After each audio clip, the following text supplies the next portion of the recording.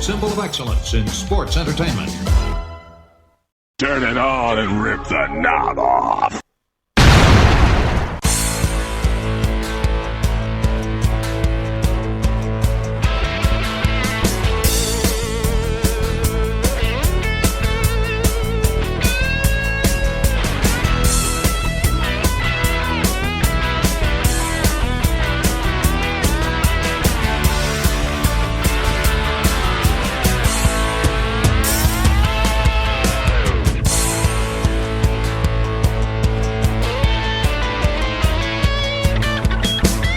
Hey guys, and welcome back to the Wrestling Memory Grenade, episode number 111. That's 111.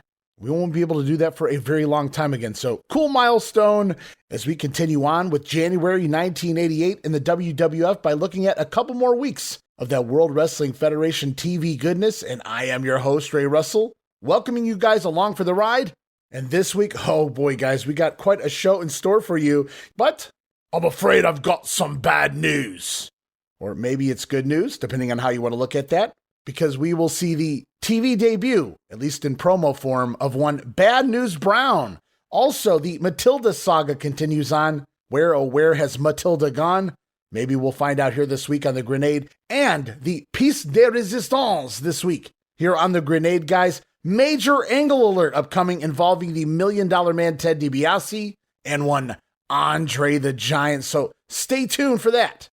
But first, just a friendly reminder that you guys can listen to the Wrestling Memory Grenade and our sister shows, like the Regional Wrestling Podcast, where we talk the territories, guaranteed 100% territory talk each and every time out on the show. Right now, 3 projects going on Regional Wrestling, including 1981 in Georgia Championship Wrestling with Jamie Ward, 1986 in Bill Watts' UWF with guest co-host Roman Gomez, and now it's Memphis, 1985, recent co-host for that show, Steve Crawford, and Gene Jackson, also going to be joining us for that show. And let us not forget the Wrestling Stoop podcast with the legend himself, Bob Roop, as Bob goes back in time and recounts his memories and various stories from all around the globe, from his time both in the ring as well as working behind the scenes. You can also listen to Luke Jennings and his Memphis Continental Wrestling Cast. Luke professes it to be the UK's #1 and only Memphis wrestling-related podcast. And you guys can check all of those shows out and more, all part of the WrestleCopia Podcast Network located over at WrestleCopia.com. That's WrestleCopia.com, and anywhere your podcast streaming needs are met, from Apple to Spotify, Google, and beyond. And hey guys, don't forget you can follow me on social media for all the latest goings on here at the WrestleCopia Podcast Network. And I'm also constantly adding old school video clips and pictures from throughout wrestling history. And you can follow me. You can do so by first following me on X, the former Twitter. You can follow me there at Wrestling Grenade. That's at RASSLIN Grenade. Also, follow and like me, Facebook.com/Wrestling Grenade. Over 7,000 followers over on Facebook and counting. And hey, while you guys are at it, why not subscribe to my YouTube channel, guys? YouTube.com/Wrestling Grenade. More than 500 videos now up over there at YouTube from various eras and various wrestling promotions. And last, but certainly not least, guys, talking about that $5 all-access tier over at Patreon.com/WrestleCopia. That address again, Patreon.com/WrestleCopia. Yes, indeed, for $5, going to get you all sorts of gifts, and it's all to support the WrestleCopia Podcast Network. Yes, indeed, $5 going to get you things like all of my insanely detailed book-like show notes. I'm talking pages and pages of show notes for every episode of this show, The Grenade, as well as Regional Wrestling and the Monday Warfare Podcast. You'll also get early access to many of the podcasts here on WrestleCopia. You can listen days and sometimes as much as a week earlier than the rest of the listeners. Then from there, it's remastered versions of the earliest episodes of The Grenade Show, covering the 1989 NWA project. Includes enhanced sound quality, plus new content and conversation never heard before. But that's still not all. You also get digital downloads for your viewing and reading pleasure. Just dropped somewhere between 10 and 12 new digital downloads recently, and another dozen or so coming headed into the holidays. So now is a perfect time to jump on board for those digital downloads. But that's still not it, guys. You also get the Patreon-exclusive watch-along series covering many past WWF and WCW events. And you get all of that for the low, low price of just $5. No subscription, cancel anytime. Give it a try for a month. Please, if you can, show your support, because every penny of your patron money goes right back here into paying the bills to keep the WrestleCopia Podcast Network up and running for the months and the years to come. And all right, now that we got that all out of the way, it's time to jump back into the 1988 in the WWF project. And this week, it all starts off with the January 9th edition of the Superstars of Wrestling.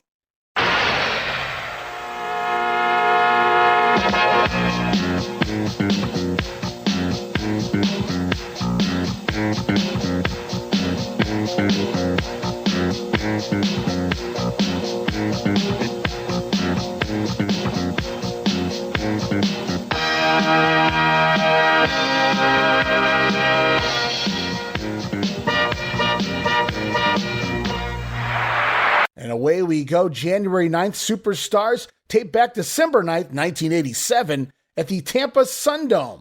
And it is Vince McMahon, Jesse Ventura, Bruno Sammartino here on commentary for this one, as we're straight off to the ring to see the Islanders, Bobby Heenan in their corner, taking on Leaping Lanny Poffo. And hey, is that Golden Boy Jerry Gray?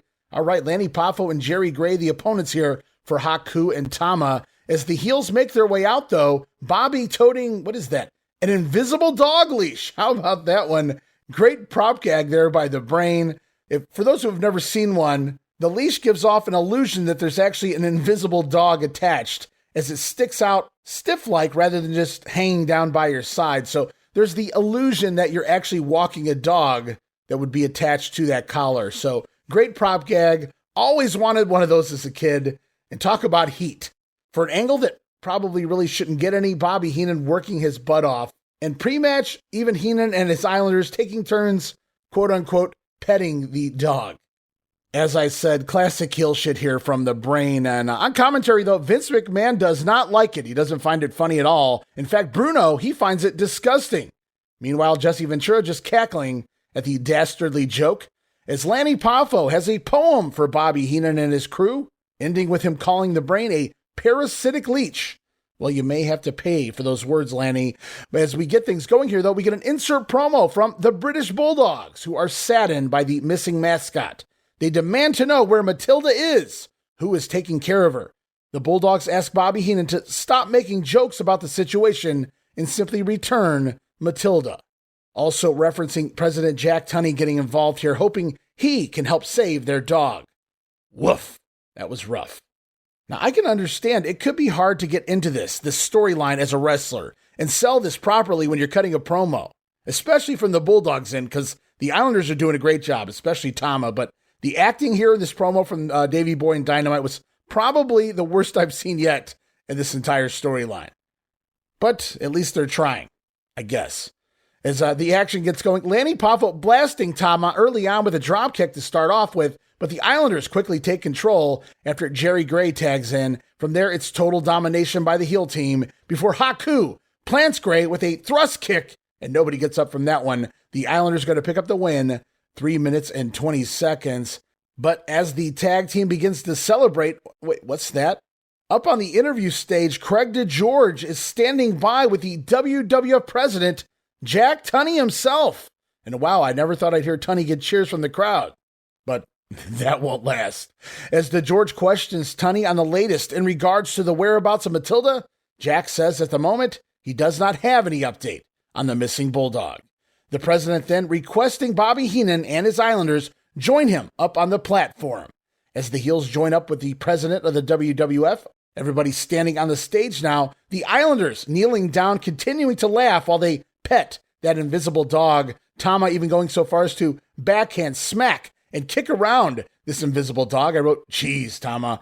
Anywho, Tunney not amused by the entire situation as he has come to a decision. The president then states that until Matilda's whereabouts are known, the Islanders are suspended indefinitely from the World Wrestling Federation. So President Tunney taking dog napping very seriously here, as Bobby Heenan and his tag team flip out, Heenan threatening lawyers to get involved here. Tunney still not amused, keeping the suspension in place. And not until Matilda is returned will the Islanders be reinstated to wrestle here in the World Wrestling Federation. And wow, Tunney just threw this mandate about dog-napping down faster than any angle involving attempted murder or maiming in recent months. I mean, think about what Savage did to Steamboat just about a year ago. Well, a little over a year ago now. There was no repercussions for that. But Jack Tunney, clearly a dog lover extraordinaire. Who knew? As we continue on here, it's Jake the Snake Roberts taking on Wellington Wilkins, the future Beef Wellington. Worked up there for the Calgary Stampede promotion at one point. But and you have to wonder if Brutus the Barber cut Wellington's hair because he's got that late 80s, early 90s zigzag thing going on. But just really quick work this week from the Snake Man, controlling, dominating throughout, short arm clothesline, and the DDT going to get the win in just 1 minute and 50 seconds. And of course, a little Damien for dessert here for Mr. Wilkins. As we continue on, it's Mean Gene Okerlund standing by. He's got a promo here lined up with the Outlaw, Ron Bass. Not to be facetious, but in 1988, I'm going to be keeping an eye on the ladies competition here in the World Wrestling Federation. Of course, you have the lovely Elizabeth, a premier manager for the Macho Man, Randy Savage. The current ladies tag team champions are Jimmy Hart's Glamour Girls. Even the World Wrestling Federation ladies champion is sensational. But there's one more you ain't mentioning, boy, and the one that's got the most class, the one that's got the form, and the one that backs up the big outlaw. And we're talking about Miss Betsy. You know, Mean Gene, I've come out here before and I've talked to you a little bit. I've made a few challenges. And I thought, well, maybe Miss Betsy out here might, kind of lure somebody in and says, okay, we're big, we're bad. I think we can take on the combination of the big outlaw and Miss Betsy. But you know something? It hasn't happened. It seems like everybody that calls himself a champion, or everybody that calls himself a top wrestler, has kind of got a little jackrabbit on them. You understand what jackrabbit? Now I'm going to interject. What do you want, man? Outlaw, come on, real Bass. quick now, spit it out. I don't think there is any place in professional sport, in professional wrestling, for Miss Betsy or that whip. I don't see it as being in the ring. Who made you a judge? Who made you an authority? And who really cares what you think? My you opinion. think that me and Miss Betsy care what you think? No, sir. I tell you what. Why don't you go home to that woman that you call yours? The one that is your combination. The one that's got that stuff kind of drooling out of her mouth, They got about 2 teeth sticking out of her whole head. Weighs about 350 pounds. If I got it right, or I'd missed something.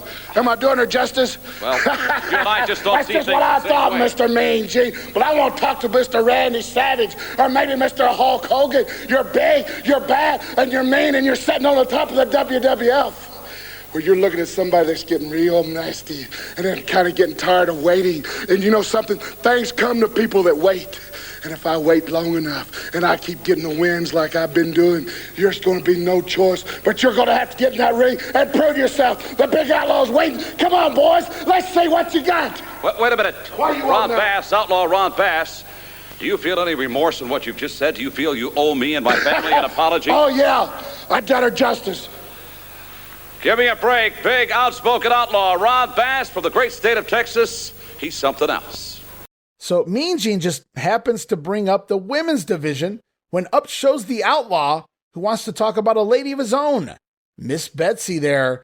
So yes, there's the lovely Elizabeth. Can't forget the sensational Sherry, but Miss Betsy gonna get the job done each and every time as we head back to the ring for the Canadian strongman Dino Bravo with new manager Frenchie Martin taking on Cowboy Scott Casey. And we get some mic work here before the matchup from Frenchie, but of course, a lot of it in French. No idea what he's saying.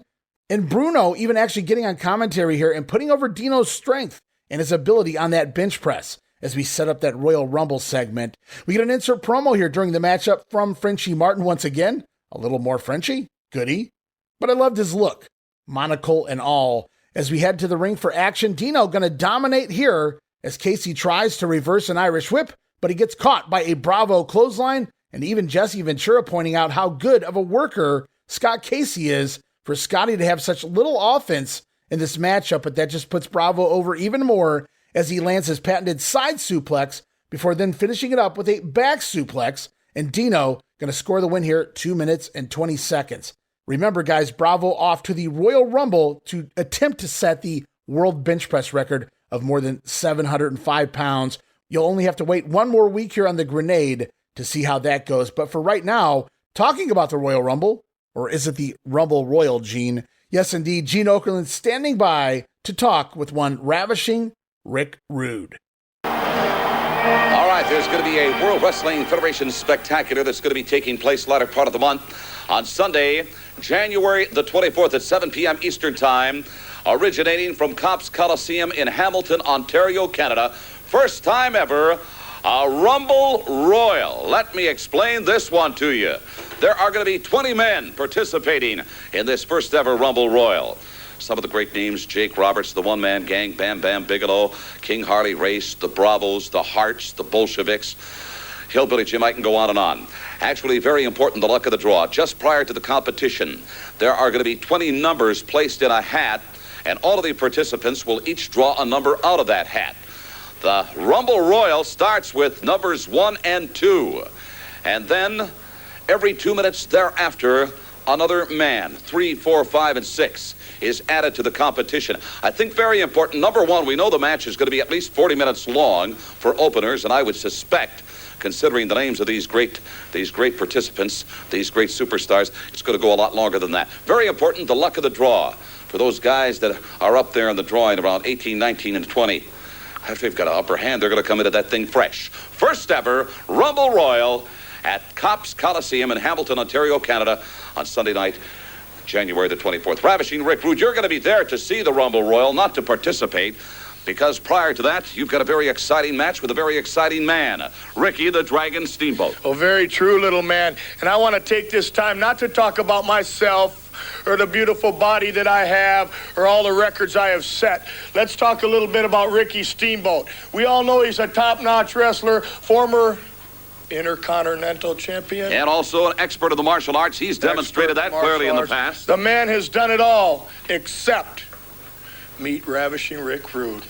Ricky Steamboat, this is your chance to step in the ring against the greatest athlete of all time. Well, yes, Ricky Steamboat, if you want to prove you're a man, you've got to prove it to me, because I'm the one who makes the decisions around here. Steamboat, you're going down. all right, I thank you very much, Ravishing Rick Rude. Just in case, I always carry a towel. Don't forget the Rumble Royal on the 24th of January. So Rude lined up to take on Ricky the Dragon Steamboat, which could be a fun match here in the WWF. Lord knows they have some barn burners upcoming in WCW in just a few years' time. But it is going to be Rick Rude and the Dragon, and spoiler alert, guys, that's going to kick off the Royal Rumble event next week here on the Grenade, as Mean Gene continues to sell that Rumble Royal. And we head back to the ring singles action here with Sam Houston taking on Terry Gibbs. We get an insert promo from Dangerous Danny Davis, who plans to get rid of Houston once and for all here in the WWF. As the action gets going, we see Sam cartwheeling around a Gibson backdrop attempt, and Sam going to back it up with a drop kick on the other side. Gibbs, though, will take over, landing a nice-looking Hangman's Neckbreaker, soon to be a Rude Awakening, and a knee drop by Gibbs, going to get himself a 2 count here on Houston. Sam going to try a comeback here, trying a charge into the corner, but Gibbs out of the way. Still, though, it's Sam making the comeback, firing up with some big punches, but it doesn't last long. Gibbs right back on top with a high knee. Wow, lots of offense here from Terry Gibbs. But Terry, he makes the mistake of trying to climb to the top rope, and he's met by Houston, slammed off the top rope, and then caught with a nasty-looking running bulldog. And Houston going to get the win, 2 minutes and 53 seconds. And Sam Houston, he was solid in the ring. If you go back and watch his stuff in Jim Crockett Promotions or the UWF near the end of that run. But this gimmick here, this silly costume that he wears, the two-stepping dancing, it hindered him from the jump here in the WWF. No chance, Sam Houston. As we continue on with Superstars, it's Saturday night's main event highlights. We see Hogan going over on King Kong Bundy. Of course, got to play that everywhere because Bundy gone from the company by this point. Meanwhile, we also get a clip of Andre the Giant choking the life out of the champion after the matchup. And that's going to set up, oh man, here we go, a very special interview up on the platform. It's Craig DeGeorge standing by with the $1 Million Man Ted DiBiase and bodyguard Virgil. DeGeorge, he thought after Hogan turned down DiBiase's offer that maybe Teddy had learned his lesson. You can't buy the WWF title, but it seems like the $1 Million Man, not done yet. as Ted calls the Hulkster a fool for turning down his offer, but Dibiase, he's not accustomed to not getting what he wants. In fact, he does get what he wants. He buys what he wants, and he will buy the WWF title. Dibiase then introducing Bobby the Brain Heenan and Andre the Giant up onto the stage. Wow, what is going on here? The $1 Million Man then exclaiming that Andre will be the man to bring him the Hulkster's WWF Championship. As Bobby Heenan says, well, Hogan was a fool, the Brain is no fool, as he has accepted Dibiase's offer, and Heenan is now financially set. Bobby promising that Andre the Giant will do what he already planned to do anyway, and beat Hulk Hogan for the WWF title. But what does Dibiase have to do with all this, you might ask, guys? Well, Dibiase makes it clear, asking Andre the Giant if after he wins that WWF title, will he hand the belt over to the $1 Million Man? And Andre then confirms he will indeed deliver the belt to Ted DiBiase, and he will enjoy beating the Hulkster. Never in my life did I ever think I would have the wealth and be able to buy the things I can and the way I can live now financially for the rest of my life. You see, Hogan, you're a fool. I'm not a fool. I don't let opportunity pass me by. Mr. DiBiase, thank you again, because all you're buying is what we plan to do anyway. Guaranteed the World's Heavyweight Championship, because we're going to beat Hogan like we've done before. Thank you. Andre, will you deliver to me, the $1 Million Man, the World Wrestling Federation heavyweight title? Mr. Dibiase, I will tell you one thing. I will deliver that belt, the World Wrestling Federation, and I will enjoy it, Hogan. Oh, yeah. All right, how about that, Jesse? I can't believe it. I mean, do I get this right? Heenan has sold the Giant to the $1 Million Man? That's the way I look at it. Wow, can you imagine the money that must have taken? Incredible. We'll be right back. And as we begin to close this segment, Vince McMahon, Jesse Ventura reaffirmed the story here. Ted DiBiase has apparently purchased Andre the Giant from Bobby the Brain Heenan as the body ponders the money that must have taken. Well, you don't see a storyline like that every day here on TV. Nope, just doesn't happen all the time, but the storyline continues here. Check and mate, Hulkster. The $1 Million Man has acquired the services of the eighth wonder of the world, Andre, promising to beat the champion for the title and then hand it over to the $1 Million Man. Boy, if that all goes off as planned, I guess you can buy anything. As we continue on here in the ring, it's the natural Butch Reed, slick in his corner, taking on CV Afi. As we get a brief mention here on commentary of the Reed and Muraco feud that's currently in the new WWF magazine, by the way, before the announcers turn their attention to what else but the $1 Million Man purchasing Andre the Giant's contract. That's the talk of the town for the duration of this show, as the natural going to control most of the way here on Afi. Now, CV does come battling back with a series of chops, but Reed going to catch a crossbody and turn it into a press slam. Very impressive strength here by the natural. And then it's the top rope clothesline. Reed going to finish Afi off there, 2 minutes and 23 seconds. And the action going to roll on here. Up next, it's Axe and Smash Demolition with Mr. Fuji in their corner, taking on the team of Jim Evans and Mike Richards. And I wrote, wow, you can't even hide that pop the demos are getting here. You got to go listen to this one specifically. I'm sure it's out there on YouTube, or if you have this in your video library, go check it out. The December 9th Superstars, and Demolition's pop is just huge here. Probably the loudest of the entire episode. And that's for a heel team, mind you guys. And as you might suspect by now, it is immediately demolish and destroy. And the crowd cheers while Axe just pummels away on poor Mike Richards. And then it's Smash's turn as the demos continue their dominance. Evans finally tagging into the ring, but to no avail, as it is the Demolition Decapitation, finishing Jim Evans off 3 minutes and 9 seconds. Badass Demolition. As the show continues on, up next, Mean Gene Okerlund standing by with the Macho Man Randy Savage, and it appears he has a special guest. You know, there are so many things happening here at the World Wrestling Federation as we enter a new year, 1988.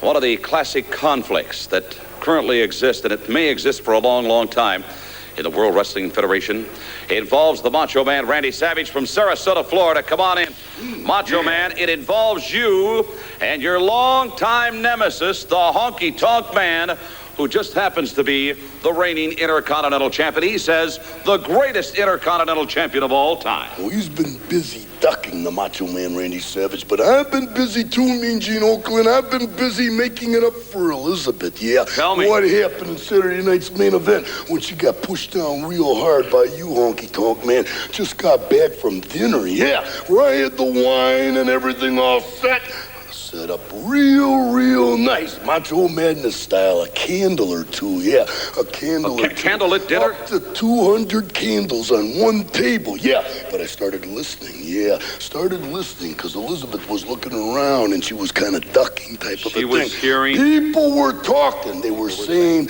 what the Macho Man, what he's going to do about what happened. It would have taken them less time if somebody would have messed with their woman. Yeah, they would have got the Honky Tonk Man by now. And I started thinking, and Elizabeth looking around the room at dinner, I took that table and I fired it, across the restaurant, right through a picture window type of a situation. Candles and everything all over the place. But I shut up the people in the restaurant. Yeah, didn't I, Elizabeth? Didn't I do that? Yeah. Ask her right now, Mean Gene Okerlund. All right. What a dinner that was, yeah. Elizabeth, couldn't have been the most pleasant dinner. He's probably going to have to pick up the tab for some damages in the restaurant. I don't know.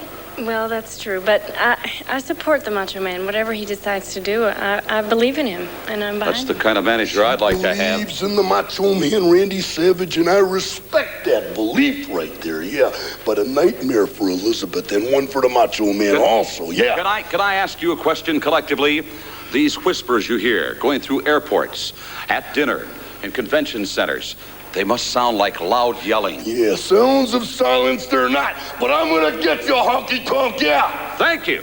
So there it is, the Macho Man still coming after the Intercontinental Champion Honky Tonk Man, when out of nowhere, after nearly a year here, Miss Elizabeth returns to the localized promo area. It was somewhere around WrestleMania 3, shortly before WrestleMania 3, Liz was pulled from doing these promos, and it spent Gene about a year asking the Macho Man, hey, where did Elizabeth go, pal? Well, don't worry, you old perv. Miss Elizabeth back in the forefront here, and for very good reason. She's going to become a more pivotal part of the future of the Macho Man.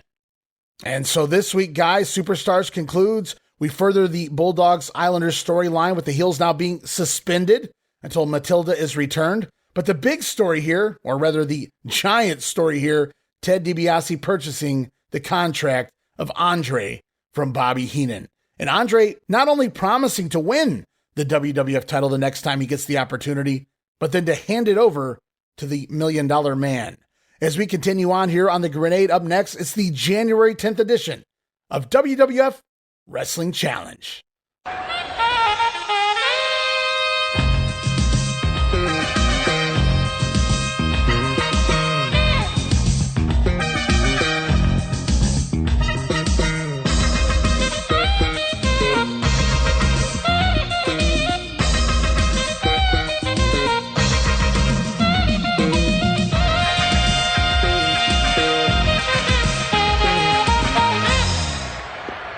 All right, and here we go. Wrestling Challenge, January the 10th. Tape back December 10th, Fort Myers, Florida, at the Lee Civic Center. It's Bobby Heenan, Gorilla Monsoon on commentary here as we head off to the ring for the British Bulldogs, taking on Steve Lombardi and Terry Gibbs. Matilda's platform set up ringside. Well, that's a little ignorant by those WWF staffers. Just a constant reminder, well, I guess to us, the fans, that Matilda is missing. And at this point, there's still no news on the whereabouts of the mascot of the British Bulldogs, as we get an insert promo here from the Islanders, who are playing with the invisible dog leash. Bobby Heenan having a major laugh on commentary at the Bulldogs' expense. Once again, the Islanders, specifically Tama, smacking around the poor invisible dog, as Gorilla calls Bobby Heenan you're a sick person, Brain. Back to the action, though. The Dynamite Kid with a snap suplex on Lombardi, and then a delayed and double underhook suplex by Davey Boy as well. And then from there, Davey just going to dead weight press slam Terry Gibbs and then land the running power slam on Steve Lombardi before it breaks down into a four-way melee, leading to Davey Boy pressing Dynamite Kid high in the air for the diving headbutt on the future Brooklyn Brawler. The Bulldog's going to score the win, 3 minutes and 13 seconds, as the cameraman once again zooms in on Matilda's empty perch, which only prompts Bobby Heenan on commentary to laugh hysterically as Gorilla Monsoon threatens to punch the brain out. And then up next here on Wrestling Challenge, we'd already talked about it on Superstars, but here's a different angle of the situation. Craig DeGeorge standing by. It's another update on the situation with Matilda, and we're going to hear from the president, Jack Tunney. The chuckles may at last be over for Bobby Heenan and his Islanders. Major news on the way. Hello, everyone. For 14 days now, we have been speculating, wondering, and praying for a cuddly little animal affectionately known as Matilda here in the World Wrestling Federation. She was taken from the ring by the Brains Islanders, and we haven't seen her since. The search for Matilda is still on, but thus far, no luck. This disgusting episode called for some attention, obviously, from the World Wrestling Federation President Jack Tunney.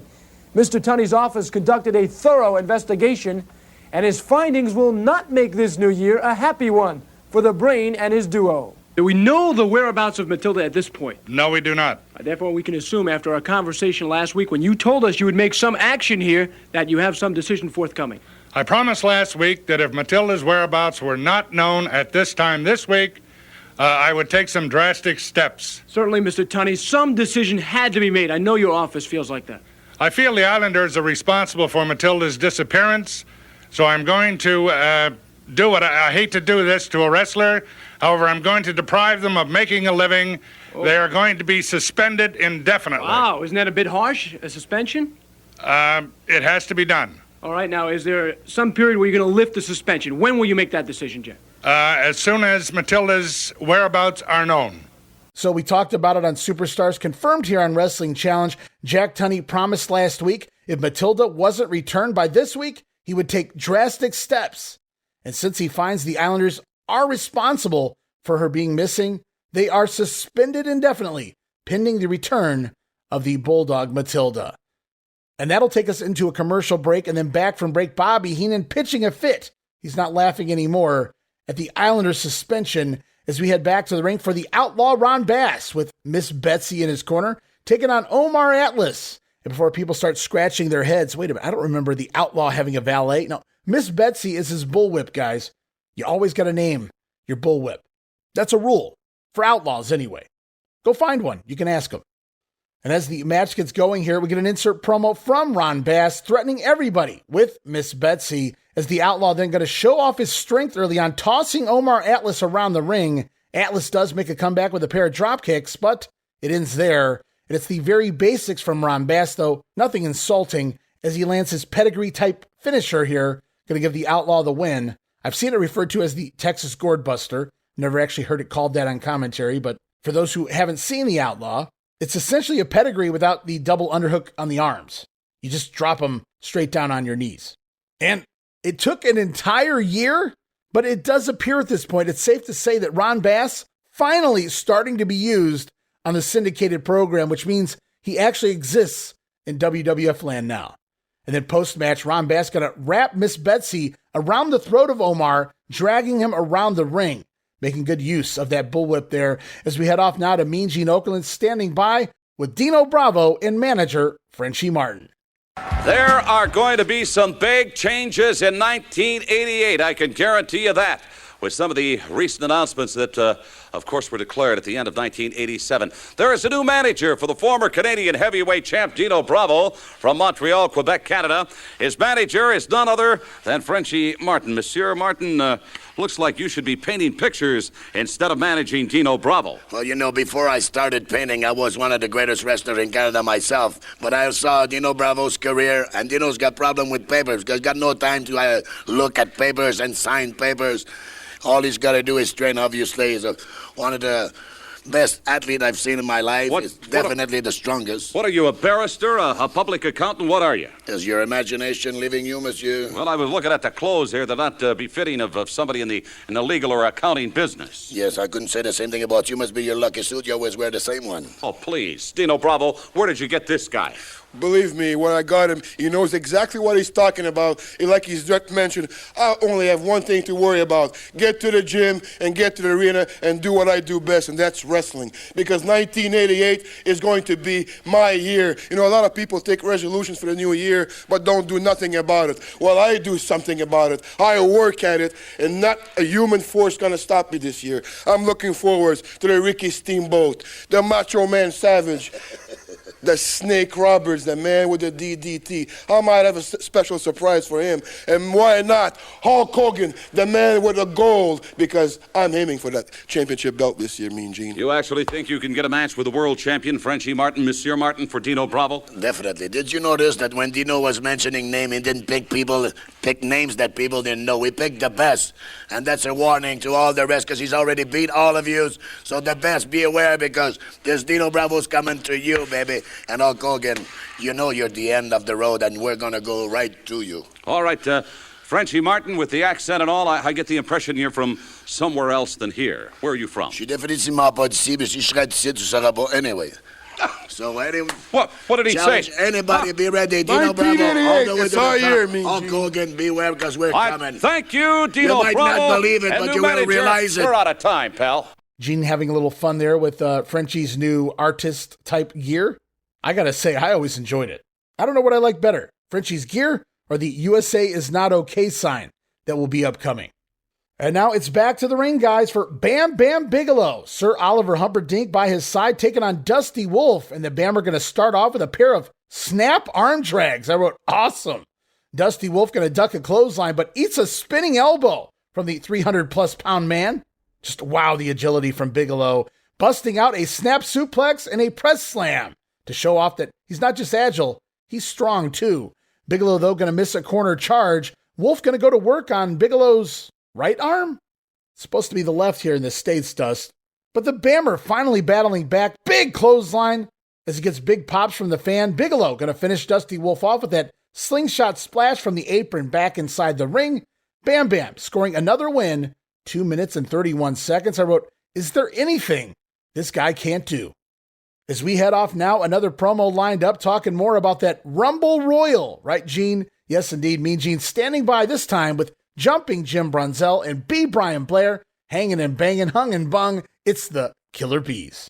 All right, there's an extraordinary event that's going to be taking place. It is going to be originating from Hamilton, Ontario, Canada, at the Cops Coliseum, a fantastic facility, on Sunday night, January the 24th, with a 7 p.m. Eastern start time. You're going to be seeing a Rumble Royal. It is a first ever event, and let me explain it to you in very simple terms. 20 men participating just prior to the competition, back in the locker room. All 20 numbers are going to be thrown into a hat, and then each one of the participants will draw out a number. The competition starts with numbers 1 and 2, and every 2 minutes thereafter, 3, 4, 5. Those numbers will be added. One man added to the competition every 2 minutes. I find it just unbelievable. I can hardly wait until January 24th, and I think perhaps these two men, come on in, B. Brian Blair and Jumpin' Jim Brunzell, the Killer Bees are going to be part of this extraordinary Rumble Royal. And Jim, you've been around professional wrestling now, and Brian for a few years. Have you ever heard of anything quite so exciting? Never, Gene, never. When you look at this, the Rumble Royal, you're looking at all the top talent in wrestling today, and Brian and I, it's going to be a little something different for us, but we're looking forward to the challenge. You know, really, there's a lot to it in the luck of the draw. You know, you may draw number 3, and Jim here could draw number 17. And, of course, later on in the competition, it's to his advantage to be there at 17, 18, 19, or 20 because you get in that ring fresh where the rest of the troops may have their tongues dragging. Well, it sounds interesting, Mean Gene, but you know, like my good friend Pedro Morales says, we're ready for any kind of action, baby. And I don't really know what a Rumble Royal is, but I'm studying the rules now. Jim's studying the rules. All we know is we're wrestlers. We're going out there to win the match. Well, I'll tell you what, in a Rumble Royal, I think it's exciting just in the formula for this kind of event, but then when you put in men like the one-man gang, the King, the Natural Butch Reed, Duggan, Muraco, the Warrior. The list goes on and on. Jake the Snake, Bam Bam. They're all there, Gene, and there's a lot of bad blood, and it should be real interesting. It's a first for Brian and myself, and we'll just see how the Bees do this time around. All right, get ready. Killer Bees are going to be part of this tremendous Rumble Royal, an event that's going to be originating from the Cops Coliseum in Hamilton, Ontario, Canada, January 24th. Boy, I hope they get an extra scoop there at Hazel's Honey Hut. They're going to need it heading into this Rumble Royal. Up next, it's 6-man tag team action with the Hart Foundation teaming with Dangerous Danny Davis, of course, all managed by the Mouth of the South, Jimmy Hart. They're going to take on the trio of Brady Boone, Wellington Wilkins, and Jack Towers, I do believe. And I'm not sure why Danny Davis is all of a sudden out here with the Hart Foundation again. We haven't seen that in at least, it feels like 6 months. But I'll take it. Gets everybody on TV as we get a fun sequence early on between Brady Boone and Danny Davis. Crisscross spot there. Then from there, though, the Hart Foundation just going to take over and maul the other two opponents. And it's the Heart Attack on Wilkins. Ironic. Stampede worker himself. And the Hitman going to score the win here in 2 minutes and 1 second. And just like on Superstars, we get a replay from Saturday night's main event, Hogan over Bundy. And then, of course, Andre attacking the champion, choking him out on NBC. And then from there, we get the replay from Superstars as well. They're not going to do their own thing here on Wrestling Challenge. Why give up a good thing when you can air the original from Superstars? Once again, Dibiase purchasing the contract of Andre the Giant. You best believe Gorilla Monsoon has a lot of questions for the brain on commentary for the duration of this show as we head back to the ring. Well, perfect timing. Gorilla can question Bobby while we see Sam Houston in action taking on Jerry Gray here. Lots of two-step in pre-match here from Houston. Well, this one, like I said, simply used for Gorilla to lambaste Bobby Heenan over the Andre the Giant situation. What a hypocrite Bobby Heenan was, always stating that Andre was going to bring him the world title, but now he sold him to Ted DiBiase. Now, as for the matchup, not much here by old Sambo, unfortunately. Mostly some arm work and some good-looking punches before landing that running bulldog. Going to give Houston the win, 2 minutes and 11 seconds. And it's hard to get a guy over when they focus on his feet instead of his face here on the camera after scoring the win. Worried about Sam Houston's two-stepping than the man himself. As it's rapid-fire action here on Wrestling Challenge. Up next, Greg the Hammer Valentine with Jimmy Hart taking on Pete Sanchez. And early on, it's nasty chops and elbows from the Hammer before delivering his patented lazy man suplex. He'll pick you up in a vertical suplex and just let you fall. He's not going to fall with you. I used to call that lazy as a kid. Now I just call it smart. But as you'll see, Valentine, not a big fan of taking bumps. From there, the Hammer delivering a back suplex and then dropping the Hammer. Big elbow drop, softening Sanchez up for that figure 4 leg lock. And Greg Valentine going to score the submission win in just 2 minutes flat. And I'll say this much.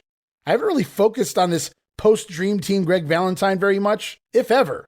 But they were doing everything they could to get him and that figure 4 over.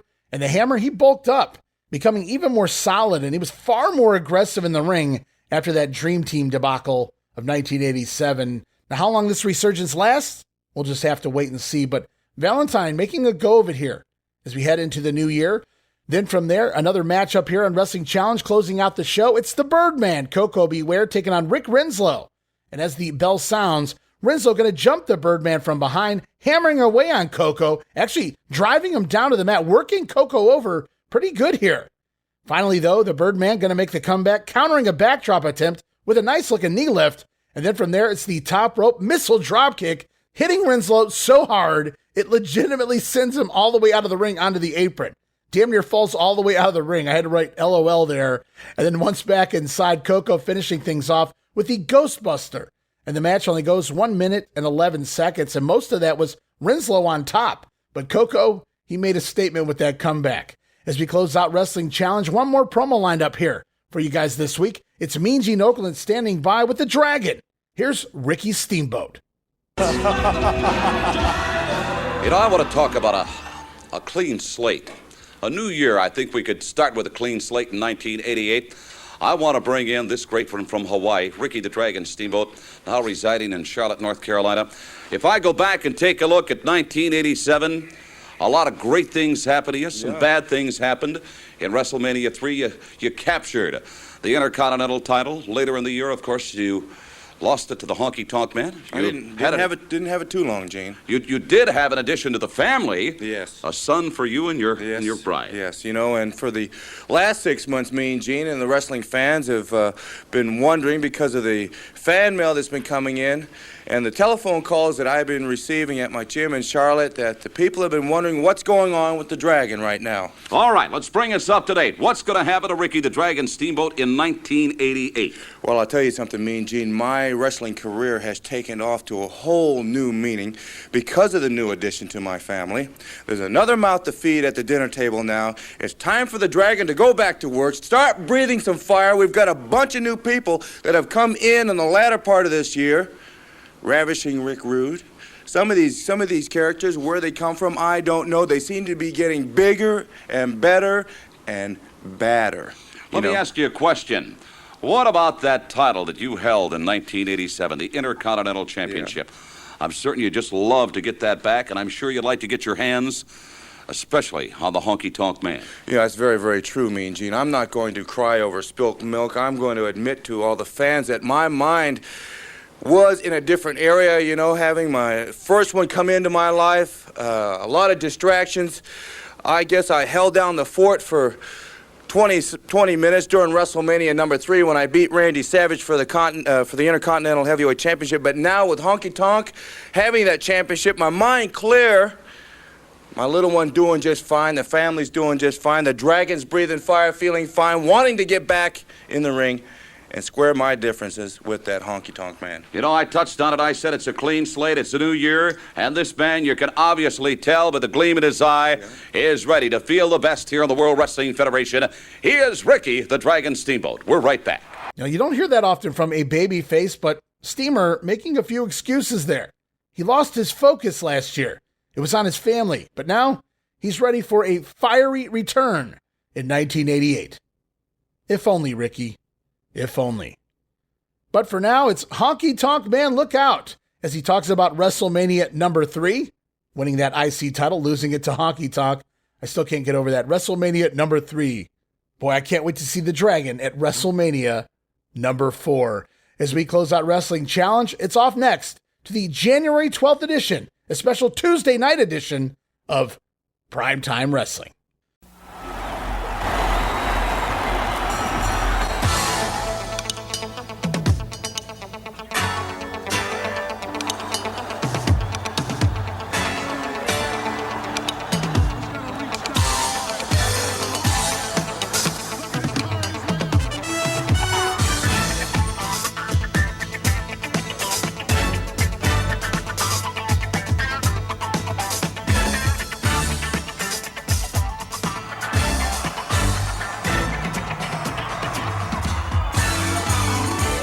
Here we go, January 12th, Primetime Wrestling special Tuesday night episode, hosted as always by Gorilla Monsoon and Bobby the Brain Heenan. And right now we head off to the intro of that show. I'm Gorilla Monsoon. And I'm your host, Bobby the Brain Heenan. Hello, everyone, and welcome once again to Primetime Wrestling, where we feature the superstars of the World Wrestling Federation. And this week, no exception whatsoever, we've got a beauty lined up, Brain. Ultimate Warrior. He's like 3 Rick Rudes put together. Oh. Can you say that? He's a big guy, and he's powerful. Very thick. He's impressive to the Ravishing humanoids. is very thin. Well, racehorses aren't that big, Why don't you enter him at Belmont, then? Because he's not a Keep him nag. out of the ring. Also going to be taking a look at the Hitman, Bret Hart. Probably the most accomplished wrestler of 1980. That's correct. Former heavyweight champion of the world, tag team. Former tag team. I was getting to that. You almost said. You're interrupting me, and that goof's pointing. Go ahead. Tell us who else we're going to see. Who else we're going to see? We're going to have a lot of information on the Royal Rumble. Yes, we are. We're going to go back to Paris, France, and take a look at the midgets. Fifi, I'm coming home. Lord Littlebrook. Is that any relation to Lord Alfred? No, this one's a lot faster. Who's faster? Littlebrook. Oh, please. Anyone's faster. Coco Beware will be joining us as well as our feature this week here on Primetime Wrestling. Mr. Fuji's Demolition taking on Brady Boone and Billy Jack Haynes. Blood a lot thicker than water. They're cousins. Isn't that sweet? They're cousins. They're pals. They grew up together. And Demolition kicked their tails once, and they're going to do it again. You never had any fun when you were a kid, did you, Brain? Sure I did. Yeah, you never had any family fun, any friends, any close relatives? I remember an incident once where we No, I can't talk about I didn't think we could talk about that. So Bobby Heenan right out of the gate having fun at the expense of Lord Alfred Hayes, Billy Jack Haynes, Brady Boone, and so much more. They continue to push the potential Rude Warrior feud it'll have to wait another year, guys. And I should note, hey, Bobby Heenan, no more neck brace. The neck brace gone again. I believe that's the last time we see it here on the brain as we continue on with Primetime Wrestling. Coming out of an Ultimate Warrior squash over Steve Lombardi, we get some, more than interesting comments. Very impressive individual, Ultimate. You know, if he did that to Ravishing Rick Rude, he'd be sticking right in the mat cover like a javelin. When he hoisted Lombardi up there, all Lombardi had to do was hook his head or his hair. When he let go, what would happen? Your head would whip back this way. He'd take him off his feet. But Lombardi's not that smart. Of course, Lombardi was placed in a very compromising position before he went up there. Lombardi's been placed in a lot of compromising positions. Yes, he has positions. been in quite a few compromising positions since entering the World Wrestling Federation, but still, you got to give credit where credit is due. He's trying. He beat a guy on the scale of 1 to 10. He beat a 2. So much for the Terry Garvin School of Self-Defense. And We've golf. got plenty more exciting action coming up right here this week. And the duo going to have a little fun here at Lombardi's expense, talking about him being in a lot of compromising positions since entering the WWF. I think we all know what that means. As the Gorilla quips, so much for the Terry Garvin School of Self-Defense. I wrote, wow. How that guy did not get into trouble, I have no idea. All an attorney had to do was reference all of these episodes of Primetime Wrestling over the years. But Primetime going to roll on here as Gorilla Monsoon has some choice words once again for Bobby Heenan selling out. Yes, indeed, selling the contract of Andre the Giant to the $1 Million Man. Completely disgusting. You sold yourself down the river once again, Brain. No, I didn't. I made a wise investment. For a few lousy dollars. Few lousy dollars? Are you kidding? You have no idea the wealth I've accumulated now with Mr. Dibiase. Do you know what you've thrown away? Yes, I know exactly what I've thrown away. The what you've worked for your entire life. To manage the heavyweight champion of the world. I realize that. But the only reason I've worked for that my entire life was so I could make enough money so I wouldn't have to go down this miserable road, go to airports, hotels, travel over, and do all this junk so I can get the championship. Now I've got enough money, I can sit back and take it easy.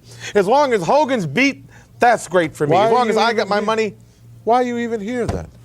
Why am I here? Because I want to rub salt into the wounds of Hulk Hogan. Please. Don't please me. You're a hypocrite.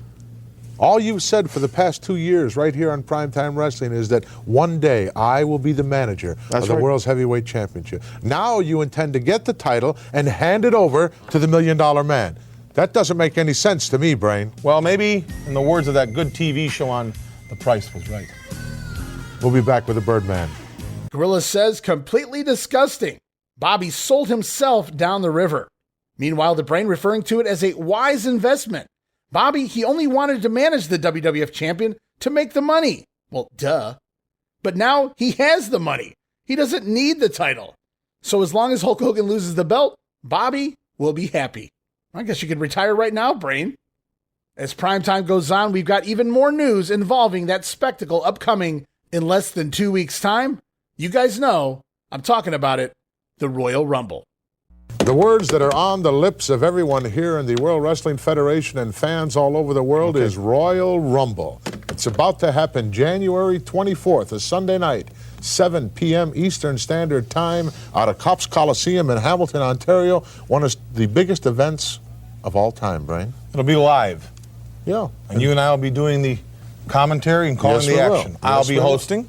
As usual. And I just talked to Miss Betty. She's having an extra special check made out for the Islanders to cover whatever has to be covered, so you don't have to concern yourself by talking to them. It's all handled. Let's concern ourselves with the Royal Rumble right now. This most unusual type match where 20 men involved in this, what seems to be a battle royal, but a little different participation as far as how the combatants enter the ring. Well, that little fur-fade, bald-headed midget, Gene Orko, and he was calling it the Rumble Royal. It's the Royal Rumble. And the reason they call it the Royal Rumble is because the king, Harley Race. No, that is not the reason at all. That is not the reason at all. Are you sure?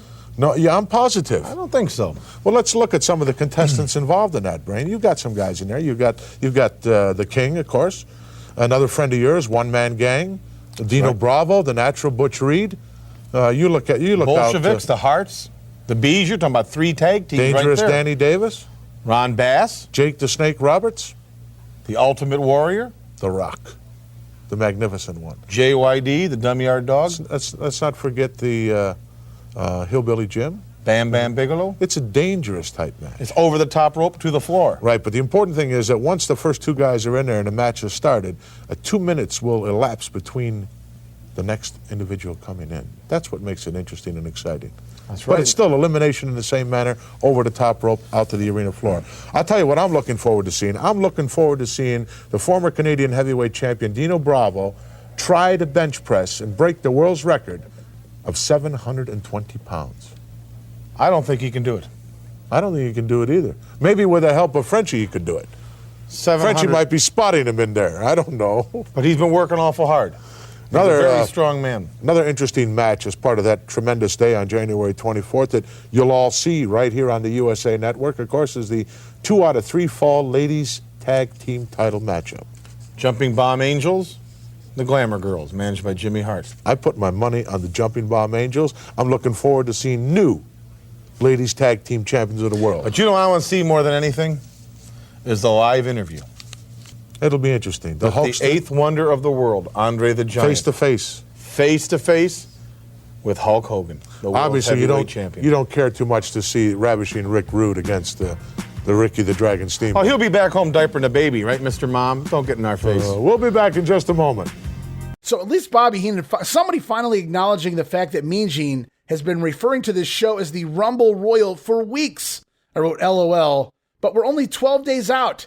Bobby Heenan, at this point, still insisting that he and Gorilla will be doing the announcing for that event. And some of the stars finally named for the big show, the 20-man Royal Rumble matchup, King Harley Race, the One-Man Gang, Dino Bravo, Natural Butch Reed, bunch of tag teams in there. The Bolsheviks, the Killer Bees, the Hart Foundation, Outlaw Ron Bass. We heard Danny Davis, Jake the Snake Roberts, the Ultimate Warrior, Don Muraco, Junkyard Dog, Hillbilly Jim, and Bam Bigelow? Well, we'll look at that more when we get to the Rumble itself, but that was 18 names, only leaving 2 out here, and I know poor Sam Houston was one of those 2 names. No shocker there. As Gorilla Monsoon even jokes that Frenchie Martin going to spot Dino Bravo, maybe actually help him lift the weights at the event. And Gorilla, you're not really all that far off. And at this point, still referencing the Hogan-Andre segment as a special interview on that USA Network special. And right now, we're going to close out Primetime Wrestling. One more soundbite for you guys. Mean Gene Okerlund standing by once more with Ricky, the Dragon Steamboat. All right, I want to remind you good folks that are viewing Primetime Wrestling here on the USA Network on Sunday night, January 24th, live from the Cops Coliseum in Hamilton, Ontario, Canada. It's going to be a free television spectacular. 7 p.m. Eastern Time here on USA. A Rumble Royal. I can't believe this. 20 numbers are going to be thrown in a hat. And just before the competition, all of the participants are going to be drawing numbers out of that hat. The Rumble Royal starts with numbers 1 and 2. And every 2 minutes thereafter, another man will be added to the competition. Numerically, 3, 4, 5, 6, progressively, all the way on up to number 20. And obviously, a little luck of the draw is going to be very advantageous here. A guy that comes in at number 17, 18, 19, or 20 is going to be so much fresher.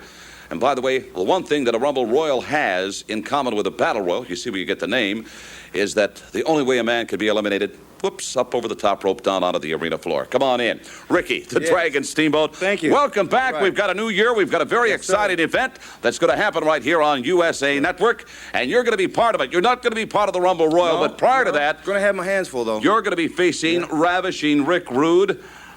That man is something else. You know something, Mean Gene? I want to start this year, 1988, with a bang. The last 6 months, I was at home, had my feet propped up on the sofa, had my little one in my arms, watching TV, watching what's been going on with the Federation around the world, watching this man, Rick Rude. Now, he does have a great body.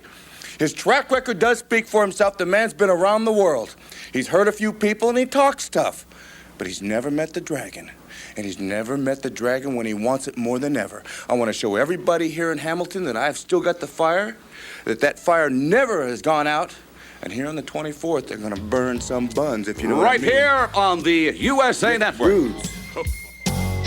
All right, the Dragon back and breathing fire here as we head into the Royal Rumble event, taking on Ravishing Rick Rude. And then from there, he's going to move on to WrestleMania 4. But we'll get to that when we get there. Now, a couple of exclusive matches here this week on Primetime Wrestling, going all the way back to October 23rd in 1987, Paris, France. A midget match. Going to see Cowboy Lang over Lord Littlebrook. Match goes about 12 and a half minutes. The fun part of this one, Lang actually enters the ring to Jimmy Hart's Crank It Up theme for his entrance. Now, also here on this prime time, go check this one out. December 11th of 87, Houston, Texas, the Sam Houston Coliseum. It was Demolition defeating the team of Billy Jack Haynes and cousin Brady Boone. Boone was actually subbing for an injured Ken Patera in that matchup. It's the Demos going over in about 10 and a half minutes. Smash going to pin Boone after a hot shot.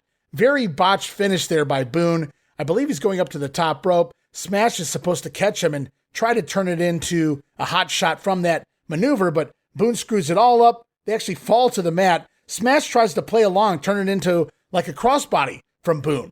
Makes sense. It's a very veteran move thing to do from Barry Darsow, but Boone has no idea what's going on, and he simply gets up, and Smash has to give him the hot shot once more, and the Demolition going to go over. Again, 10 minutes and 22 seconds as we're off to our next week of TV Superstars of Wrestling, January the 16th. New set of tapings. Now here in 88, tape back January 5th in Huntsville, Alabama, Bobby Eaton country, at the Von Braun Civic Center, as we hear from Craig Young, the marketing manager of the Von Braun Center, welcoming the WWF to Huntsville. And then it's off to our announced team of Vince McMahon, Jesse the Body Ventura, and the living legend Bruno Sammartino. Vince says there's big news this week. We didn't have big news last week? Well, the Body promises a major announcement here today, so stay tuned, guys, as we head off to the ring for the WWF Tag Team Champions, Strikeforce. Tito Santana and Rick Martel taking on the duo of Dusty Wolf and Iron Mike Sharp. And Martel rocking and rolling early on, controlling Iron Mike, even causing Sharp to accidentally hit his own partner, nailing Wolf and knocking him off the ring apron, as Tito Santana then into the ring, landing a crossbody on Sharp, going to get himself a 2 count, leading to a tag out to Dusty Wolf, as Strikeforce going to dominate both men for the duration of the match until Sharp landing a cheap shot from behind, blasting Tito Santana. But it doesn't take long for Tito to make the big comeback, tagging out to Rick Martel, who is a house of fire on both opponents. And then it's a double backdrop from Strikeforce before Tito tagged back in, locking in that figure 4 leg lock on Iron Mike Sharp. Really, it's Sharp doing the job here. 3 minutes and 30 seconds. And now not only putting over Martel's Boston Crab as a major threat, but also Tito Santana's figure 4. And right now, the announcer's selling the Hart Foundation as the top contenders on the trail of the tag team champions, which makes sense. Not only are they the former champions, but they work Strikeforce basically every night here in January on the house shows. And well, they promised it at the top of the program, and we didn't have to wait long. Away we go. It's time for Jesse's big news. Right now, it's off to Update and Craig DeGeorge. Number one, Jesse Ventura said a moment ago that he was aware of some big news here in the World Wrestling Federation, and the Body was not kidding. This one of earth-shattering quality. For the first time since WrestleMania 3, World Wrestling Federation heavyweight champ Hulk Hogan has agreed to defend his title against the 7'5", 525-pound challenger, the 8th wonder of the world, Andre the Giant. The matchup will be seen live from Indianapolis, Indiana, on nationwide television on Friday night, February 5th, beginning at 8 Eastern. In the Hulkster's last meeting against the Giant, a world indoor record crowd packed the Pontiac Silverdome, over 93,000 strong. And early in the match, controversy struck. Ooh, that was close, Gorilla. The ruling went in the Hulkster's favor, as we know, and the champ later came back to win the match. But speculation has never ceased since, and the Giant is not alone in thinking that there should have been a new heavyweight champ right there and then. Now, most recently, only a few weeks ago, the Giant again crossed paths with the Hulk. The next time these two meet, there will be one heavyweight championship at stake. Hulk Hogan versus Andre the Giant, Friday night, February 5th, live on nationwide television at 8 Eastern. Oh, one other note, by the way, Ted DiBiase, the $1 Million Man, well, he shook the World Wrestling Federation with his announcement last week that he purchased the Giant. Andre, will you deliver to me the $1 Million Man, the World Wrestling Federation heavyweight title? Mr. Dibiase, I will tell you one thing. I will deliver that belt, the World Wrestling Federation, and I will enjoy it, Hogan. Andre the Giant to battle Hulk Hogan, heavyweight title bout February 5th. Much more on the card, the matchup in the remaining weeks. With Update, I'm Craig DeGeorge. And there was no screwing around in that announcement, right to the point. We learned that the WWF champion Hulk Hogan has agreed to put his title on the line against Andre the Giant for the first time since WrestleMania 3, and that match will air Friday night, February the 5th, 8 p.m. Eastern, live and coming to you on NBC. And then there we saw clips of Andre choking out the champion from the last Saturday night's main event, Andre even promising Ted DiBiase that belt. And I wrote, holy ass, what a breaking news story. Has the kid in me marking out all over again more than 35 years later. Out of the blue, we get the announcement, Hulk and Andre 2, and this time live and on free TV. And boom, Jesse Ventura, he promised a huge announcement, and he delivered. As we head back to the ring for Greg the Hammer Valentine with Jimmy Hart in his corner, taking on Van Horn. As we get an insert promo here from several of the fans here in the crowd, they say that Brutus Beefcake, he should be allowed to bring the scissors to the ring and cut the hair. Remember, Jimmy and Greg Valentine toyed with getting the scissors banned from ringside. Makes sense. The fans, not so much with that.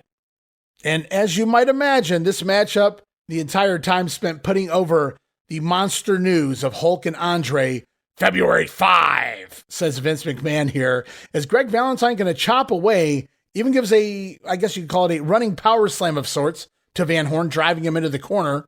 From there, the Hammer with multiple suplex variations, all of them without bumping himself, naturally. And then he drops the Hammer, the big elbow drop before locking in the figure 4 leg lock. Greg Valentine going to score the win here, 2 minutes and 33 seconds, as we hear some quick beefcake chants from the crowd. And back-to-back matches ending in a figure 4. So great job here by Jesse Ventura, who points out that Valentine got his opponent to submit quicker than Chico. Still odd, 2 matches back-to-back. They could have put him anywhere on the show, and we get 2 matches with the same finisher. Anywho, it's off right now. Mean Gene Okerlund standing by with the King, Harley Race. Of course, royalty has to be involved in the Rumble Royal. All right, there's going to be an exciting event happening next weekend, next Sunday night from Hamilton, Ontario, Canada, and Cops Coliseum. It's going to be the first ever Rumble Royal. I want to talk about that in just a moment or two with the King Harley Race from Kansas City, Missouri. In addition to the Rumble Royal, Dino Bravo, the former Canadian heavyweight champion, a tremendous power lifter, will attempt to set a new record for the bench press. I have heard that he has been benching very close to 700 pounds, and his attempt next Sunday night is going to be well over 700 pounds. Wouldn't that be incredible if Bravo would set a new world bench press record over 700 pounds? Incredible indeed. Come on in, King Harley Race, one of the great veterans in the World Wrestling Federation. You've been around this sport for a few years. You'd have to appreciate a Rumble Royal. 20 men, numbers 1 through 20, drawn from a hat, back in the locker room area right before the competition. I think a lot has to do with the luck of the draw here. Number 1, 2, 3, 4, 5. Those men are going to have a long night ahead of them. I'm going to have a short one, Gene. I got a lock on number 20. What do you mean you've got a lock on number? How would you know? It's the luck of the draw. It may be the luck of the draw for the rest of the 19. But Heenan's assured me that I've got a lock on 20. So when I hit that ring, buddy, I'm coming in absolutely fresh. There's going to be fresh a as a daisy. Well, fresh, physically fresh. Take a look at some of the men that are going to be in this Rumble Royal. Your Highness, Jake the Snake Roberts, Bam Bigelow, Muraco, Duggan. Hacksaw Jim Duggan is going to be in there. Hacksaw Jim Duggan may get a big surprise. I may show up with number 20, but I may have Duggan's 2x4. I'm going to win. It don't make no difference. At any cost, I am going to win. And like I told you, Mr. Oakland, and I use that word very, very loosely, I've got a lock on 20, so the rest of them are going to be out there all night. The King's going to ease right in there and walk out with it. You also had a lock at New Orleans. I don't know. Next Sunday night, a Rumble Royal from Canada. Well, you can't have a Royal Rumble, Gene, without the King. And Hacksaw Duggan, Harley Race may just have a big surprise for you. Both men involved in that Royal Rumble matchup as we head back to the ring for Bam Bigelow with Oliver Humperdinck taking on Tiger Chung Lee. And the Bammer going to leap over the top rope as he enters his ring. I wrote, wow, I continue to be amazed by his agility and ability. As Bigelow landing a flying Ultimate Warrior style shoulder tackle, sees the crowd come out of their seats.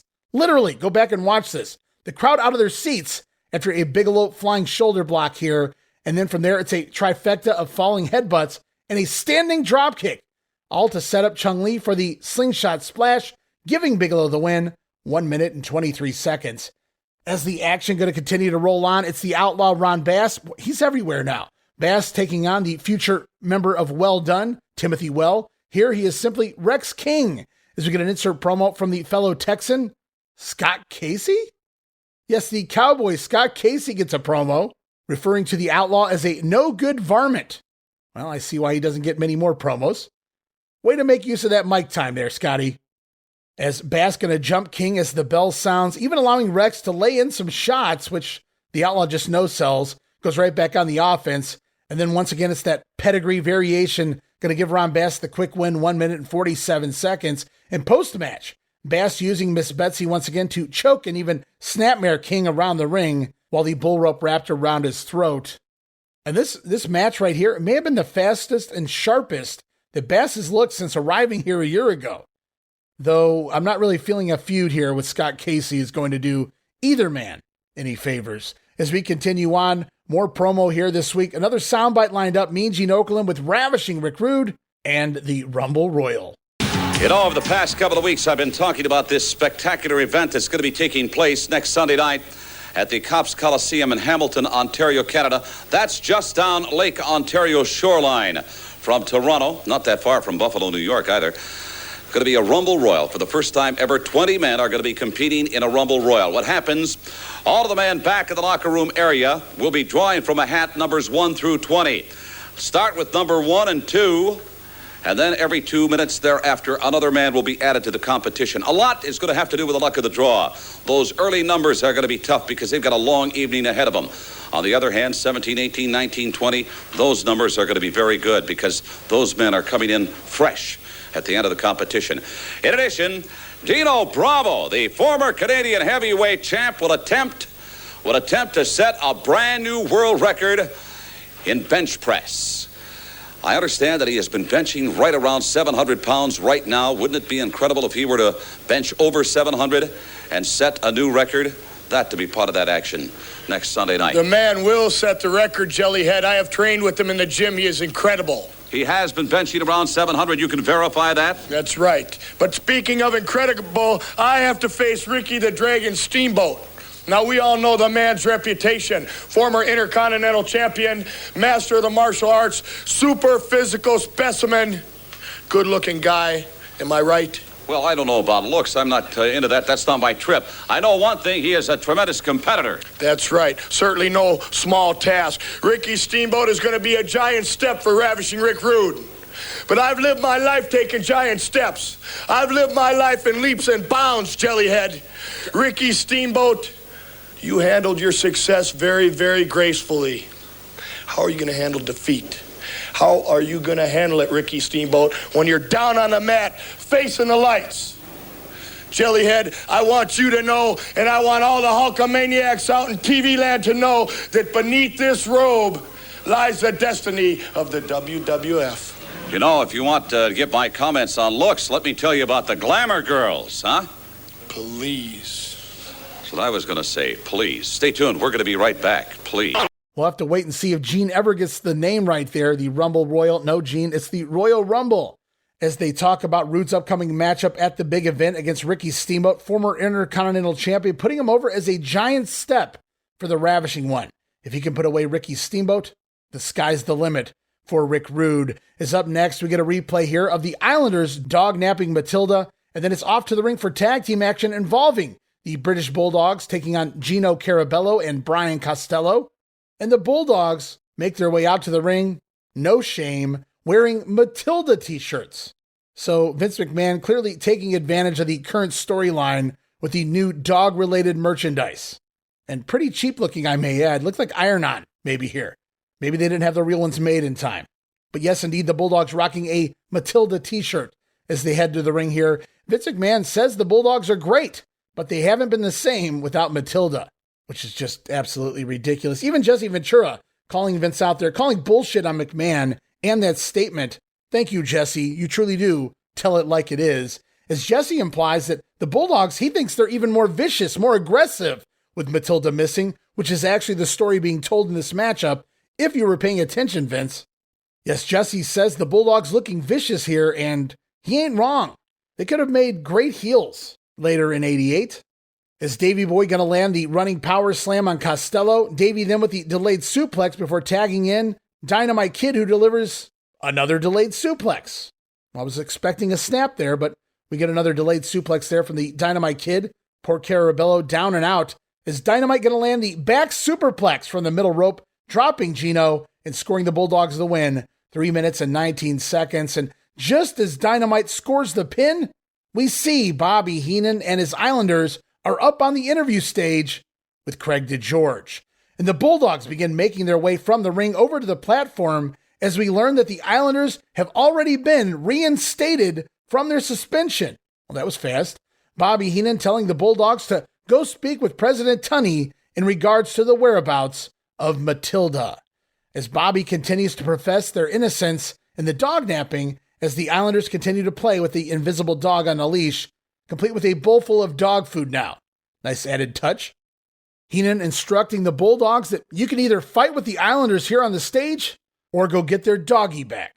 And as you might suspect, the Bulldogs then head backstage as the crowd seems indifferent about this angle. Well, if this is true, if what Bobby Heenan is saying is true, the Bulldogs, they should be reunited with Matilda very soon, which is great to hear. And the Islanders are apparently reinstated, which means we can expect upcoming matches between the two teams at the house shows. And I can't wait for that one. As up next in the ring, The Rock Don Muraco taking on Dave Wagner. And first half of the match, very methodical by Don, and then out of nowhere, he just explodes with offense, like a cruiserweight of sorts. I'm not saying he's flipping around the ring, but he's moving at a ridiculous speed here with rapid-fire punches, landing an atomic drop into a back suplex combination. Hits a nice-looking knee lift to the face of poor Dave Wagner here. Muraco even going up top and going to ride the knee down into the chest of Wagner. Always love that spot. And then from there, we get a good shot of Muraco's hoses, pal. Vince McMahon even referring to those upper body veins as hoses now, much like the Hulkster, brother. And Muraco's tombstone going to get the win here, 3 minutes and 15 seconds, as The Rock continues his feud with the slicks men of the Natural Butch Reed and the one-man gang. But Don Muraco looks absolutely sick here with the veins as we continue on, and holy shit, he has arrived. Yes, it is our very first promo from Bad News Brown, quick and to the point, maybe 10 seconds, so I didn't grab a soundbite of this one. Don't worry, we've got one upcoming, but Bad News says you can forget all about the good news this year because bad news is here. Hey, even rhymes. Move over Lanny Poffo. And outside of a couple matches up in Calgary, when Vince first bought the territory back in '84, Bad News hasn't worked for the WWF since 1979, when he was Bad News Allen, former judo champion in the Olympics. And back then, are you ready for this, Bad News? He even had hair on his head. But it's back here in 1988, and another cog in that late 80s WWF wheel has arrived. Say hello, guys, to Bad News Brown. As we head back to the ring, singles action involving the $1 Million Man, Ted DiBiase, taking on Brady Boone. Of course, Virgil ringside there with Teddy for this one. As we get an insert promo here from DiBiase about having the WWF title come February 5th. That's February 5, pal. As for the action, Dibiase going to control the majority of the matchup. Now, Boom going to come fighting back. Nice series of moves, eventually sending Dibiase out to the floor. But then, for no reason, Brady decides to do a top rope backflip. Okay, not really sure what that had to do with anything, but Teddy takes right back over once he re-enters the ring. Boone going to run into a nice-looking back elbow, very snug-looking there from Dibiase, before Teddy going to finish this one off with the falling back elbow off the middle rope, which I absolutely hated as a finisher. Just never bought into it. But it gets the win here. The $1 Million Man pinning Brady Boone 2 minutes and 39 seconds. And as we begin to close out Superstars here this week, we've got one more promo lined up. Mean Gene Okerlund standing by with Hacksaw Jim Duggan, who is also headed to the Rumble Royal. All right, there's going to be so much happening from Hamilton, Ontario, Canada, the Cops Coliseum next Sunday night. Dino Bravo, the former Canadian heavyweight champ, is going to attempt to set a new world record mark in bench pressing. In the bench press, he's lifting right now, as I understand, somewhere around 700 pounds. If he exceeds that by just a few pounds, there will be a new record in the bench press set by Dino Bravo. Ricky the Dragon Steamboat is going to be going against Ravishing Rick Rude on that card. The Young Stallions are going to be facing the recently reinstated Islanders in 2 out of 3 falls. And the sweethearts of the World Wrestling Federation, the ladies tag team champions, the Glamour Girls, are going to be facing Japan's Jumping Bomb Angels. For the first time ever, next Sunday night, I'll tell you what, people are going to be watching this one very, very closely. First time ever, a Rumble Royal, and one of 20 men that is going to be participating in this unique kind of competition is my guest at this time from Glens Falls, New York. Come on in. Hey. Hacksaw Jim Duggan. Can you believe it? A Rumble Royal. Rumble Royal, my kind of stuff, Gene, because, you know, I'll be sitting back there in the dressing room, lacing up them boots of mine. Takes a long time, but I'll be listening. Pretty soon, somebody will come down the hallway and go, "Hey, Duggan, go to the ring." And, baby, that's when old Hacksaw comes alive. All right, let's explain that. You say you're going to get the call. Actually, what happens just prior to the competition back in the locker room area, there are going to be 20 numbers put in a hat. You are going to draw out your number. You might want to try. You can draw it out right here. Number 1, baby, because I want to get out there early. I want to get a feel for the crowd. I want to get the feel for the ring. And I want to start picking people off right when they start sticking their nose in the ring. But now, Hacksaw, let me point out, it would be to your advantage to get a higher number than that. That would mean you're going to be fresh at the end of this very unique event. That's what I got to calm down, Gene. It always gets me in trouble. I get excited, the bell starts ringing, the crowd starts howling, Hacksaw starts jumping around, and I get a little bit carried away. But you're right, maybe a higher number would be better. That way old Hacksaw would have his breath. By the way, I should put tough guy. I should point out the King is going to be part of that big Rumble Royal next Sunday night from north of the border. Hacksaw Duggan has to be one of the favorites heading into the Royal Rumble event. And no doubt he'll have his eyes set on the King Harley race should the two cross paths during the matchup. Superstars concluding here. Next week, we're promised an update on the condition of Matilda and more on the February 5th main event special on NBC. And if we're lucky, maybe, just maybe, who knows, but maybe another message from Bad News Brown. As we continue on here on the Grenade Wrestling Challenge, January 17th, another new set of tapings, taped back January 6th, Nashville, Tennessee at the Municipal Auditorium. Bobby Heenan, Gorilla Monsoon on commentary, and it's straight away to the ring for Jake the Snake Roberts, taking on Gino Carabello, and Jake is out here to a monster pop. This crowd came alive for the Snake Man, louder than usual, as Bobby Heenan insisting his Islanders have been reinstated to the Gorilla, but Monsoon, he wants proof. Is Jake going to deliver his patented knee lift early on in the matchup, and then later you might suspect the short clothesline going to set things up? Wait, what's that crowd chanting? DDT, DDT. And then Jake going to signal for the DDT, and the crowd just absolutely explodes from a hand gesture. Now that's how you get shit done, guys. And then from there, we do indeed get the DDT and even a little Damien.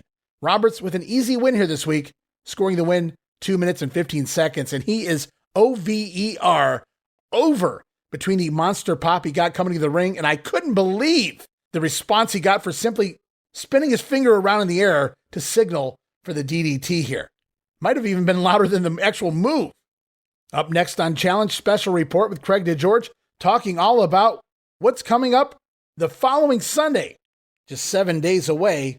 Though doesn't reference the show by name, we do know Dino Bravo looking to break the world bench press record at said event, going to do more than 705 pounds. We get a promo here from Bravo and manager Frenchie Martin. The entire interview all in French, so I'll save you guys the trouble. Also, we learn the Glamour Girls will defend their tag team titles against the Jumping Bomb Angels. Best 2 out of 3 falls. We hear from both sides, Jimmy Hart talking for his Glamour Girls. Then on the other side, it's the Bomb Angels who speak in Japanese. So lots of foreign languages here. I don't know what anybody's saying. And oddly, not once during this entire report did Craig DeGeorge refer to this show as the Royal Rumble, or even the Rumble Royal at this point. It was just that show this coming Sunday. Very weird. As we head back to the ring tag team action, going to see Demolition with Mr. Fuji taking on Rex King and Omar Atlas. As if you don't know by now, guys, it's Demolish and Destroy. First on Omar Atlas, and then Rex King.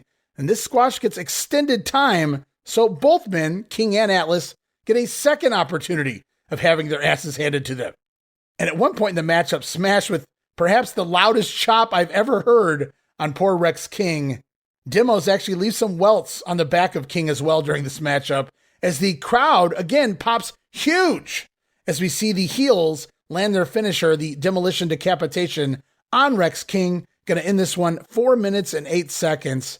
And guys, you can't hide it. Some heels were just so cool, you couldn't boo them.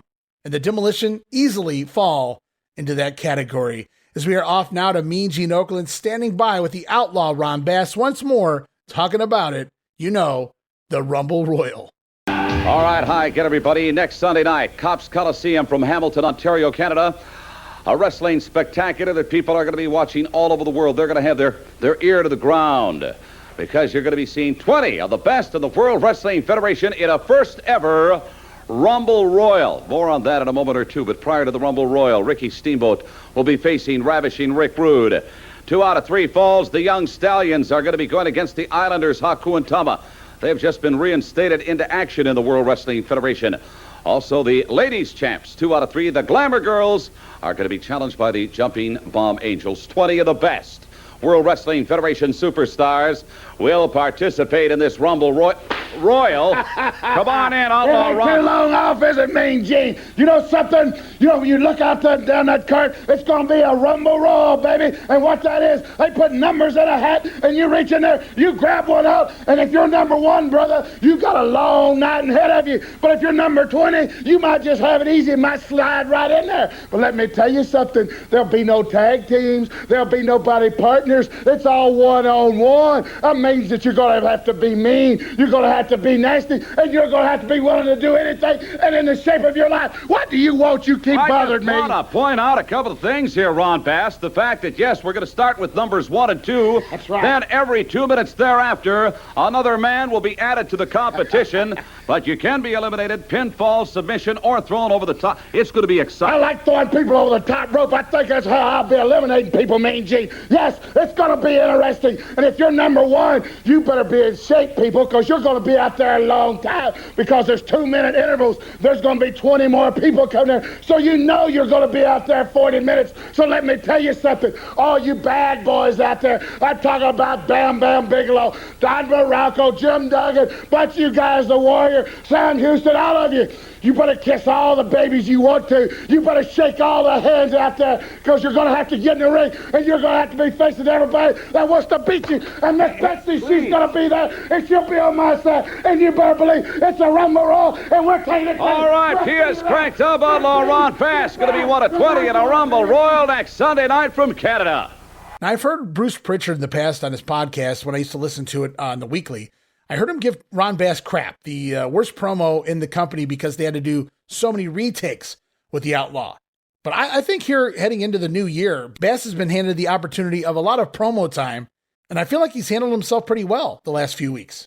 Just a lot more TV time overall for the Outlaw as of late, trying to finally establish him as a full-time wrestler here in the WWF, even though he's been here for a year. Up next on Wrestling Challenge, I think it's just a replay of the same Bad News Brown promo we got on Superstars, as Gorilla Monsoon says he expects controversy from the bronze medalist in judo at the 1976 Olympics. No, Gorilla doesn't cover all of that, but I wanted to give you guys a little background on Bad News, and indeed, a bronze medalist that is one bad dude. As we continue on here, Hacksaw Jim Duggan taking on Joe Murdo, and it appears that generic theme music for Duggan is finally gone. And I'm not a big proponent of wrestlers not having music during that late 80s era. It just seemed weird. But no music is better than that music that Hacksaw had the last couple of months, so I'll take it. Going to take a couple more years before Duggan gifted a new theme, the one we all come to know and love. As we get an insert promo here from the King Harley Race, he says, if you don't know by now, there's only one king here in the WWF. Yeah, especially now after the Demos just disposed of Rex King. I don't know if he's ever coming back. And it's during this Duggan match, Bobby Heenan leaving commentary as he says he has something he needs to do.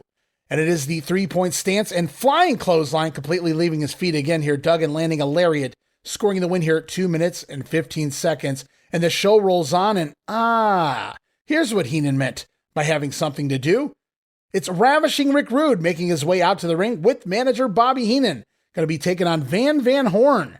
And Rude still rocking that first stripper music that he had when he first got here. But we finally get the hands behind the head pose, and holy shit, it's the debut of the hip swivel.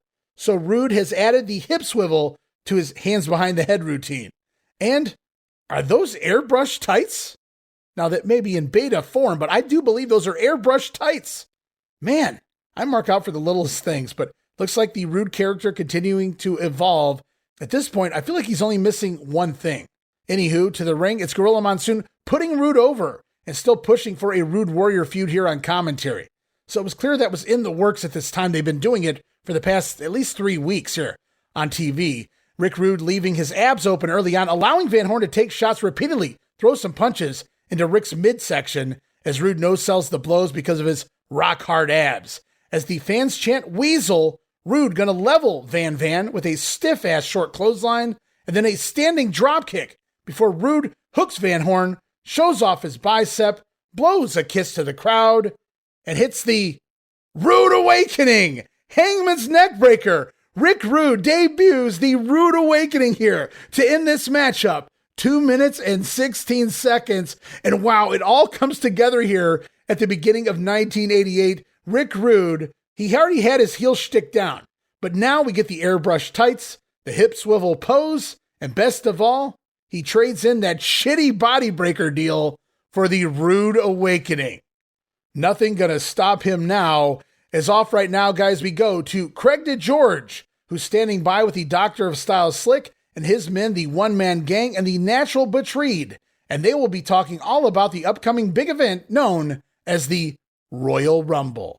I'll tell you what, it is excitement personified. On January 24th from the Cops Coliseum up in Hamilton, Ontario, a terrific World Wrestling presentation, a Rumble Royal. Something new you may not be familiar with. Basically, here's how it goes. The wrestlers, 20 of them, will draw numbers from a hat right before the match, 1 down through 20. 1 and 2 will start the match, and every 2 minutes, somebody else will come in. Number 3, number 4, number 5, and so on. So obviously, that draw, most important. Jake the Snake, Bam Bam, Outlaw Ron Bass, Dangerous Danny Davis, just some of the participants for this terrific Rumble Royal. More on that in a moment. Also, Dino Bravo will attempt to set a new record for bench pressing, and I hear it will be over 700 pounds. January 24th, Cops Coliseum, Hamilton, Ontario. The Slickster, your man, the Natural Butch Reed, and the One-Man Gang will be involved in this most unique matchup, a Rumble Royal.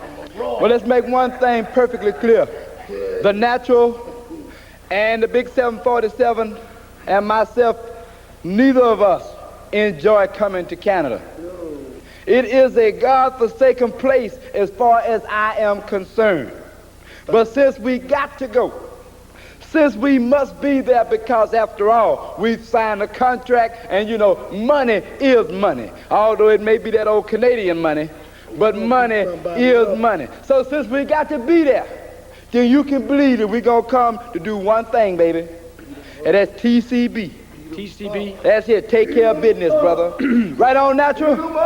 Natural We're going to be coming up there thumping and bumping because you know what? Between me and this man, brother, we beat up lightning and throw thunder in jail.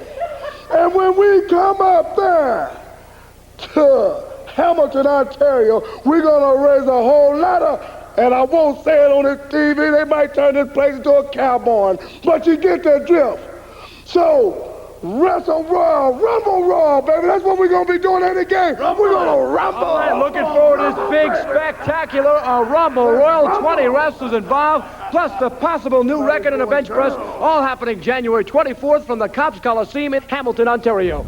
Well, Gene, it looks like at least somebody's paying attention to George referring to the event as the...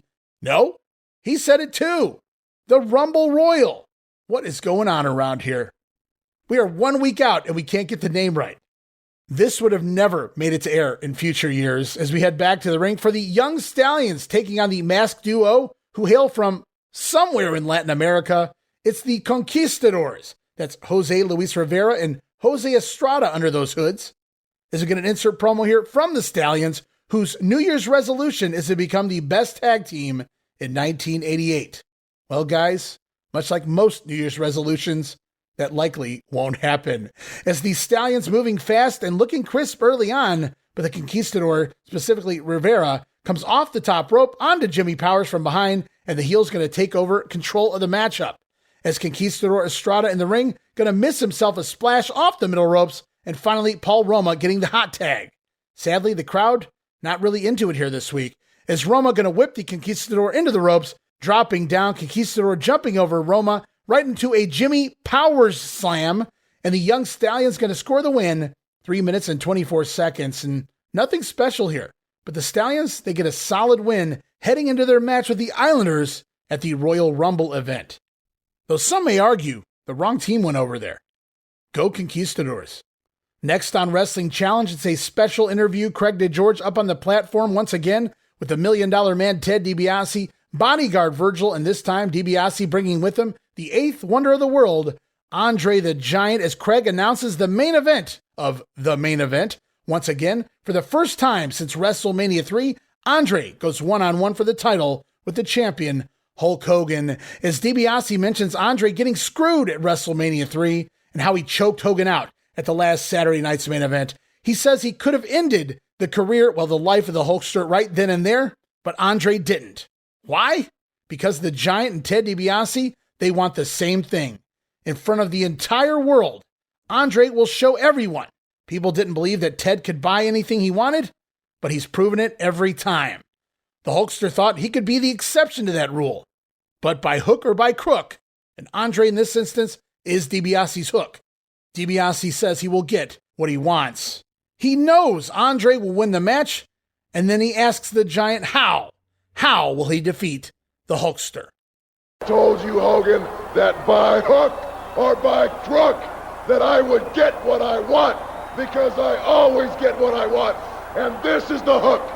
This is the hook that will deliver to me the World Wrestling Federation heavyweight title. Andre, I know that you're going to beat Hogan. I know that you're going to win the match. But please tell me how. How are you going to do it? DiBiase, when I go step in that ring, believe me, when I get up in that ring, I will be the world champion. And the way I'm going to do it, I will squeeze Hogan, and squeeze, and squeeze, and squeeze, until that belt fell out of you West, Hogan. And believe me, I'll be more happy because I got millions of reasons to be happy. And I want to make this man happy too.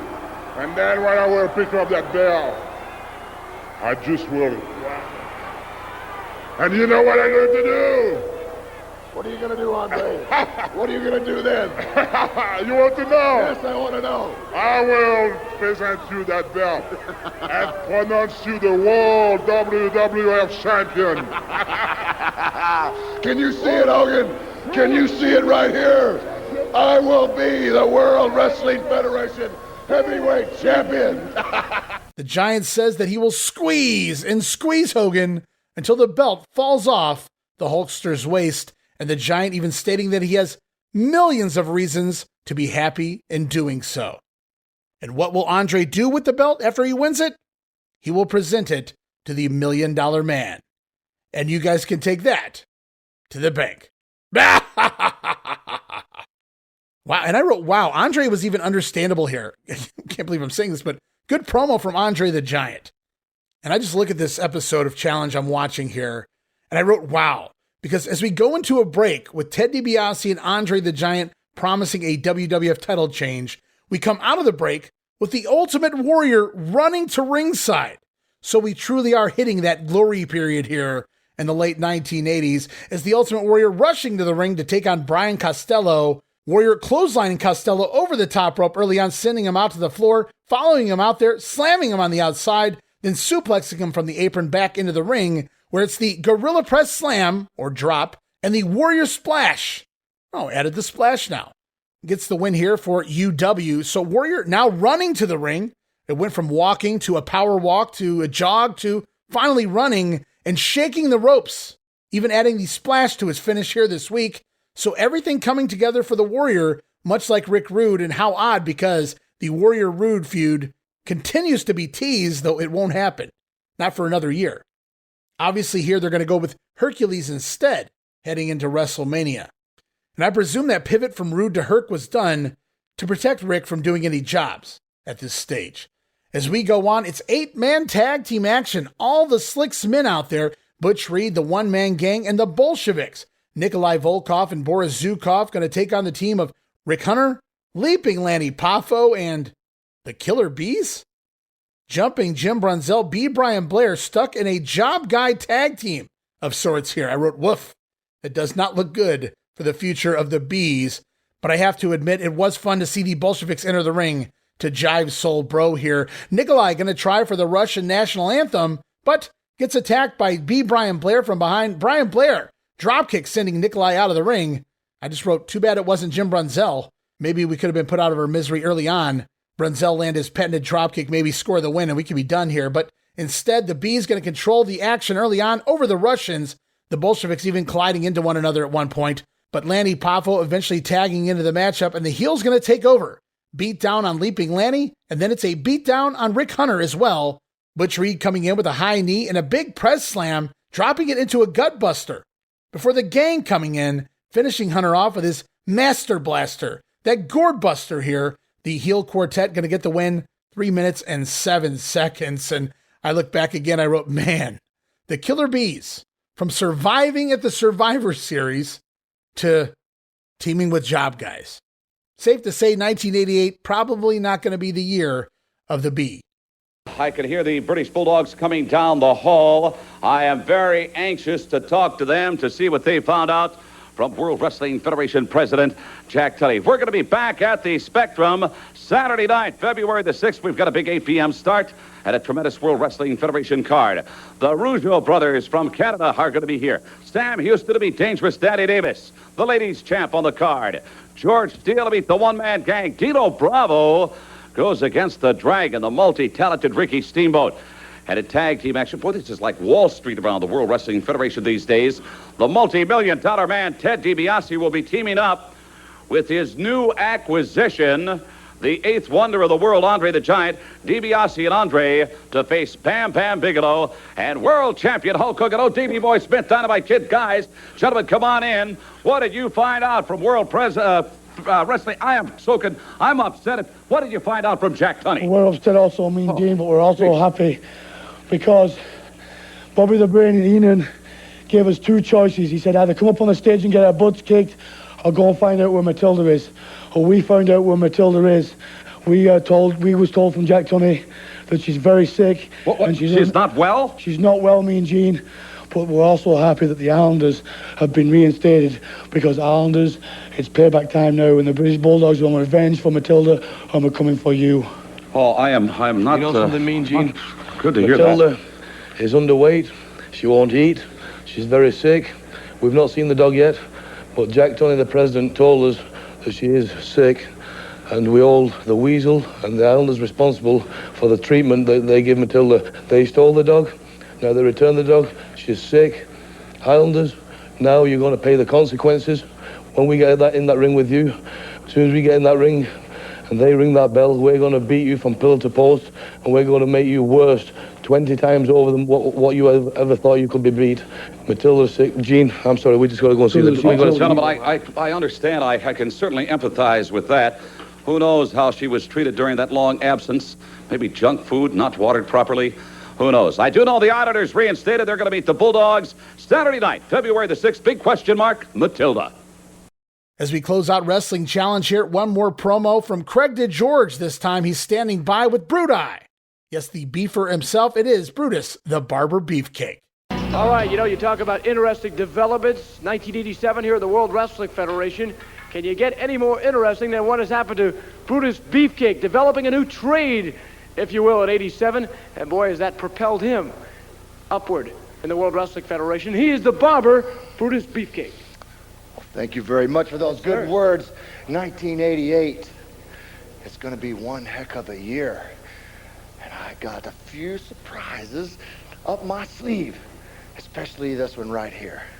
This is my little answer to Jimmy Hart's megaphone. That megaphone that's been irritating everybody for so long. Finally. That's right. I've got the answer, brother. I've got the answer to the question of the century. How can we deal with this megaphone of Jimmy Hart's? Everybody gets one of these in the stands. All the people. And they all stand on their chairs and they all point towards the ring and they all scream, "Give him a haircut, Brutus!" Can you imagine the sound? Can you imagine the decibels? It's loud in here, yes. The people will blow Jimmy Hart right out of the arena. And then it'll be all me and Greg Valentine left in the center of the ring to get the business at hand taken care of. I've not forgotten, Greg Valentine, what you did to me, how you tried to break my legs, how you tried to cripple me, how you tried to end my career and take the very thing that is my life, and that's professional wrestling, the World Wrestling Federation. You tried to take it away from me, and he almost succeeded. You bounced back, and that has amazed so many people, and the fact that you did it so quickly. Well, I would not stay down. I will never lie down.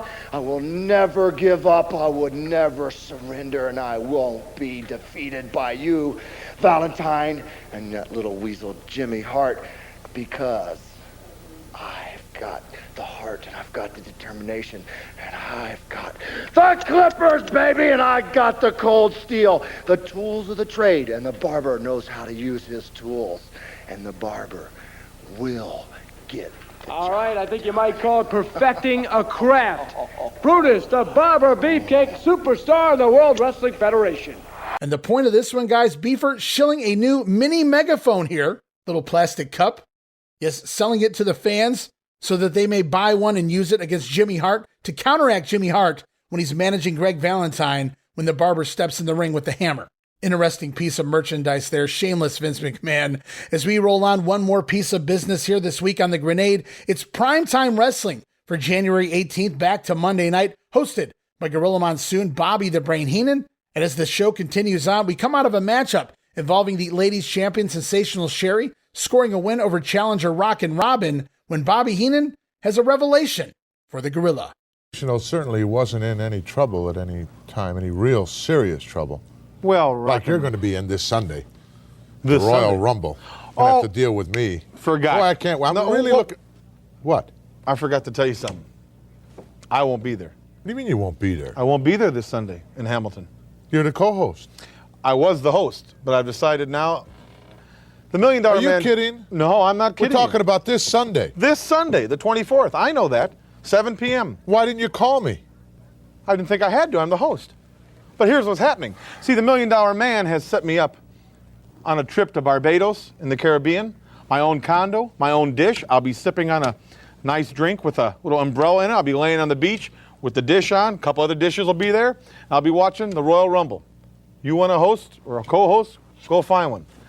Yeah, let me speak. That's to my you. phone. Yeah. No, I need to reach. Yes, We're Gene on. Okerlund. Yes. We're on. Yes. Just go ahead and conduct the. I've got to try to find a co-host now that you just laid this information on me. Give me a break. Yeah, I'll Well, hold. you see what happens when we deal with incompetence.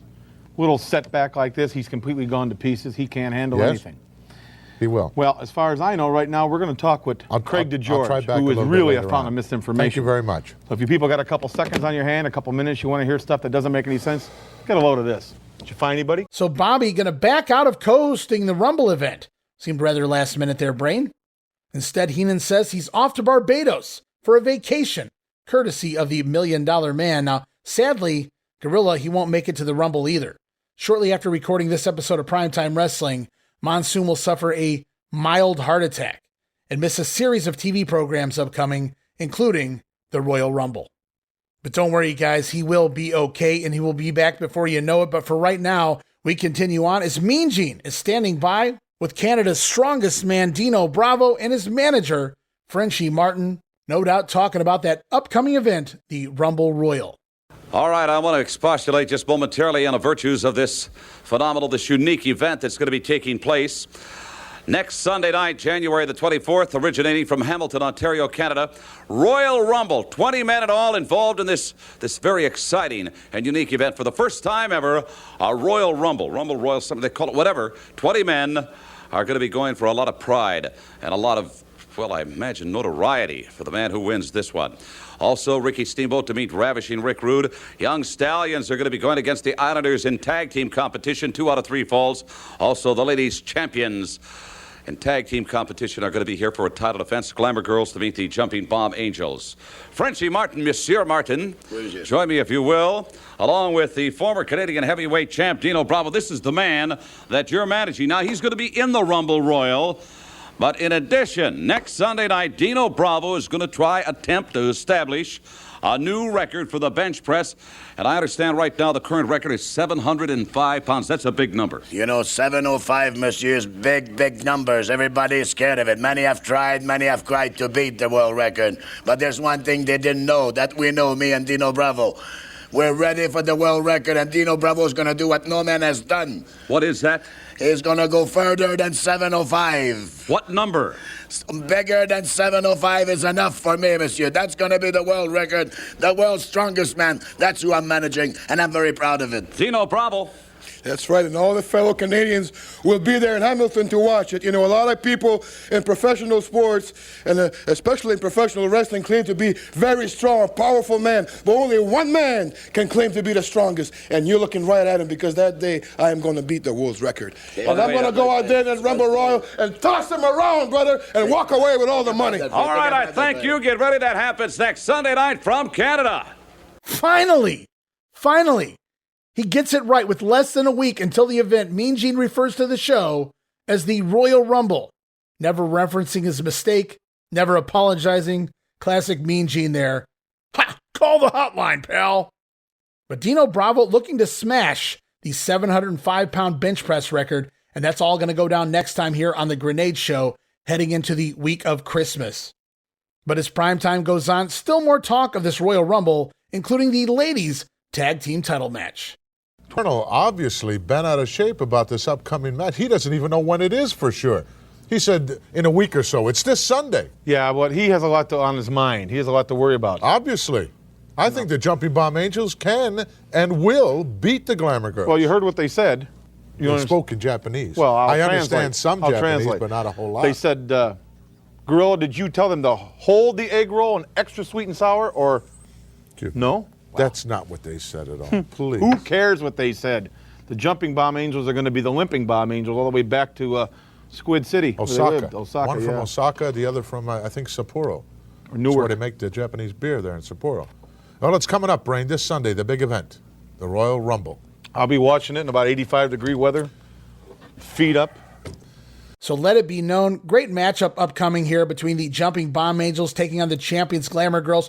2 out of 3 falls at the Royal Rumble event. And I should have known something was coming here. Bobby and the Bomb Angels in the same conversation.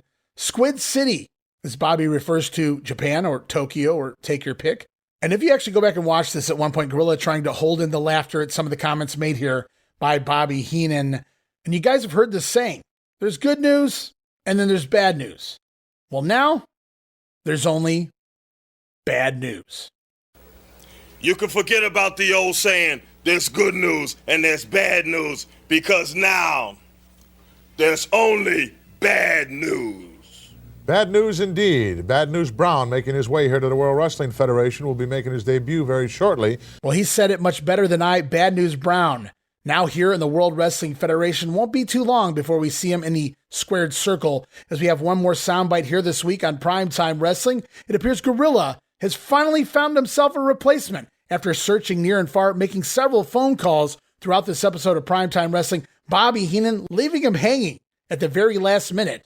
Gorilla, it appears, has finally found his replacement for the Brain as the co-host of the Royal Rumble.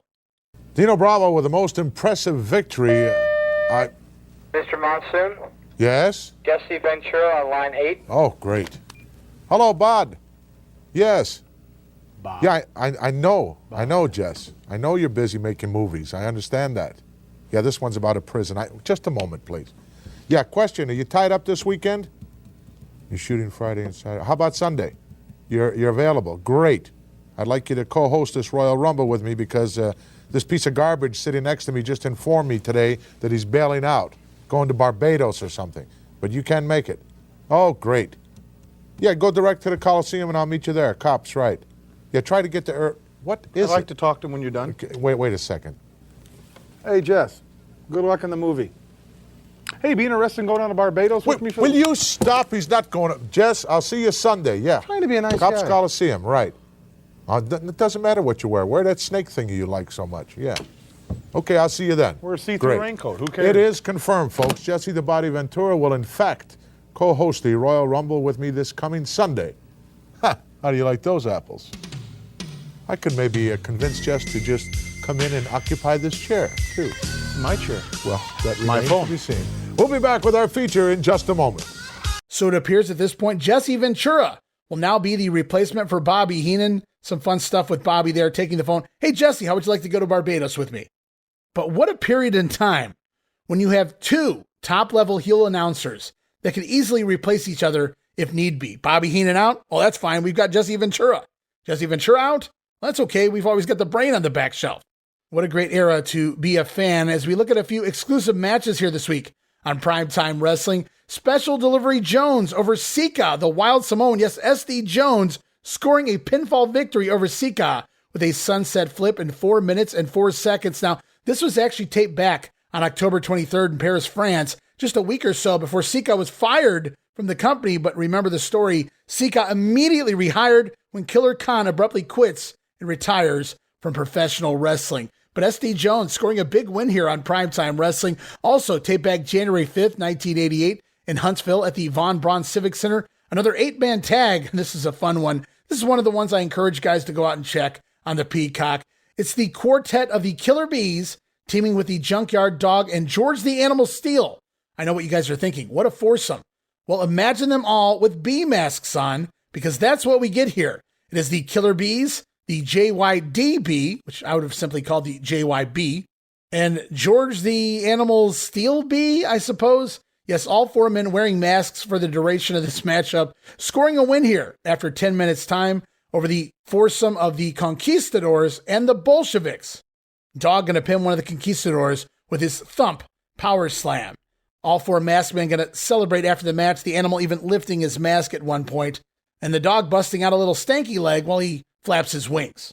If you guys ever wanted to watch a fun 10-minute segment, go check that out. As we close out Primetime, one more piece of exclusive action here from Nashville, Tennessee, January the 6th, Municipal Auditorium. It's the tag team of Billy Jack Haynes and Kim Patera downing the Bobby Heenan duo of Hercules and the King Harley Race. Now, the babyfaces only go over by disqualification here. The action actually goes 15 minutes before Hercules attacking Haynes with the chain, kind of rekindling their feud from nearly a year ago. And I don't know if this is the last time we're going to see Haynes here in action in the ring, but it's got to be close to it. And oh my gosh, how could I forget the commentary duo for this matchup? Vince McMahon and Nick Bockwinkel. How about that? But that's going to wrap it up here this week on The Grenade, guys. Going to finish things out. Another 2 weeks in the books. Still 2 more weeks of WWF TV to go here in the month of January. But before we get to that episode, up next, it is the Royal Rumble, not the Rumble Royal. Yes, indeed, next time out, heading into the Christmas holiday. The Grenade going to drop the Royal Rumble event, the inaugural event here on TV. 20-man over-the-top rope Royal Rumble matchup. ladies tag team titles on the line. Dino Bravo looking to set that world bench press record. It's Islanders and Young Stallions, Rick Rude and Ricky Steamboat. And what was originally announced as a special interview in the ring has now turned into a contract signing between WWF champion Hulk Hogan and Andre the Giant for their upcoming match on NBC Friday, February the 5th. That's February 5, pal. Sorry, Vince. But that's going to wrap it all up here for this week on The Grenade. Looking forward to tackling the Royal Rumble event. Then from there, it's 2 more weeks of WWF TV for January 88. And then we're off to the main event. We'll be covering that show. And then, of course, all of February TV, all of March TV. And then it'll be WrestleMania 4. So the WWF just rapid fire right here, right out of the gate here in 1988. And as we begin to wrap things up here, guys, just a reminder to check out all the great podcasts over at WrestleCopia.com. And, of course, follow me on X, formerly Twitter, at Wrestling Grenade. That's at RASSLIN Grenade. Also, follow and like me, Facebook.com/Wrestling Grenade. Subscribe to YouTube.com/Wrestling Grenade. And, of course, that $5 all access tier. Sign up now before we're all filled up. I'm talking about that all access tier, guys. For only $5, get you all sorts of great gifts over at Patreon.com/WrestleCopia. That address again, Patreon.com/WrestleCopia. But for this week, this is Ray Russell saying, from pillar to post and coast to coast, you pull the pin and I'll pick up the pieces right here on the Wrestling Memory Grenade. See you next week. Don't miss it. Be there.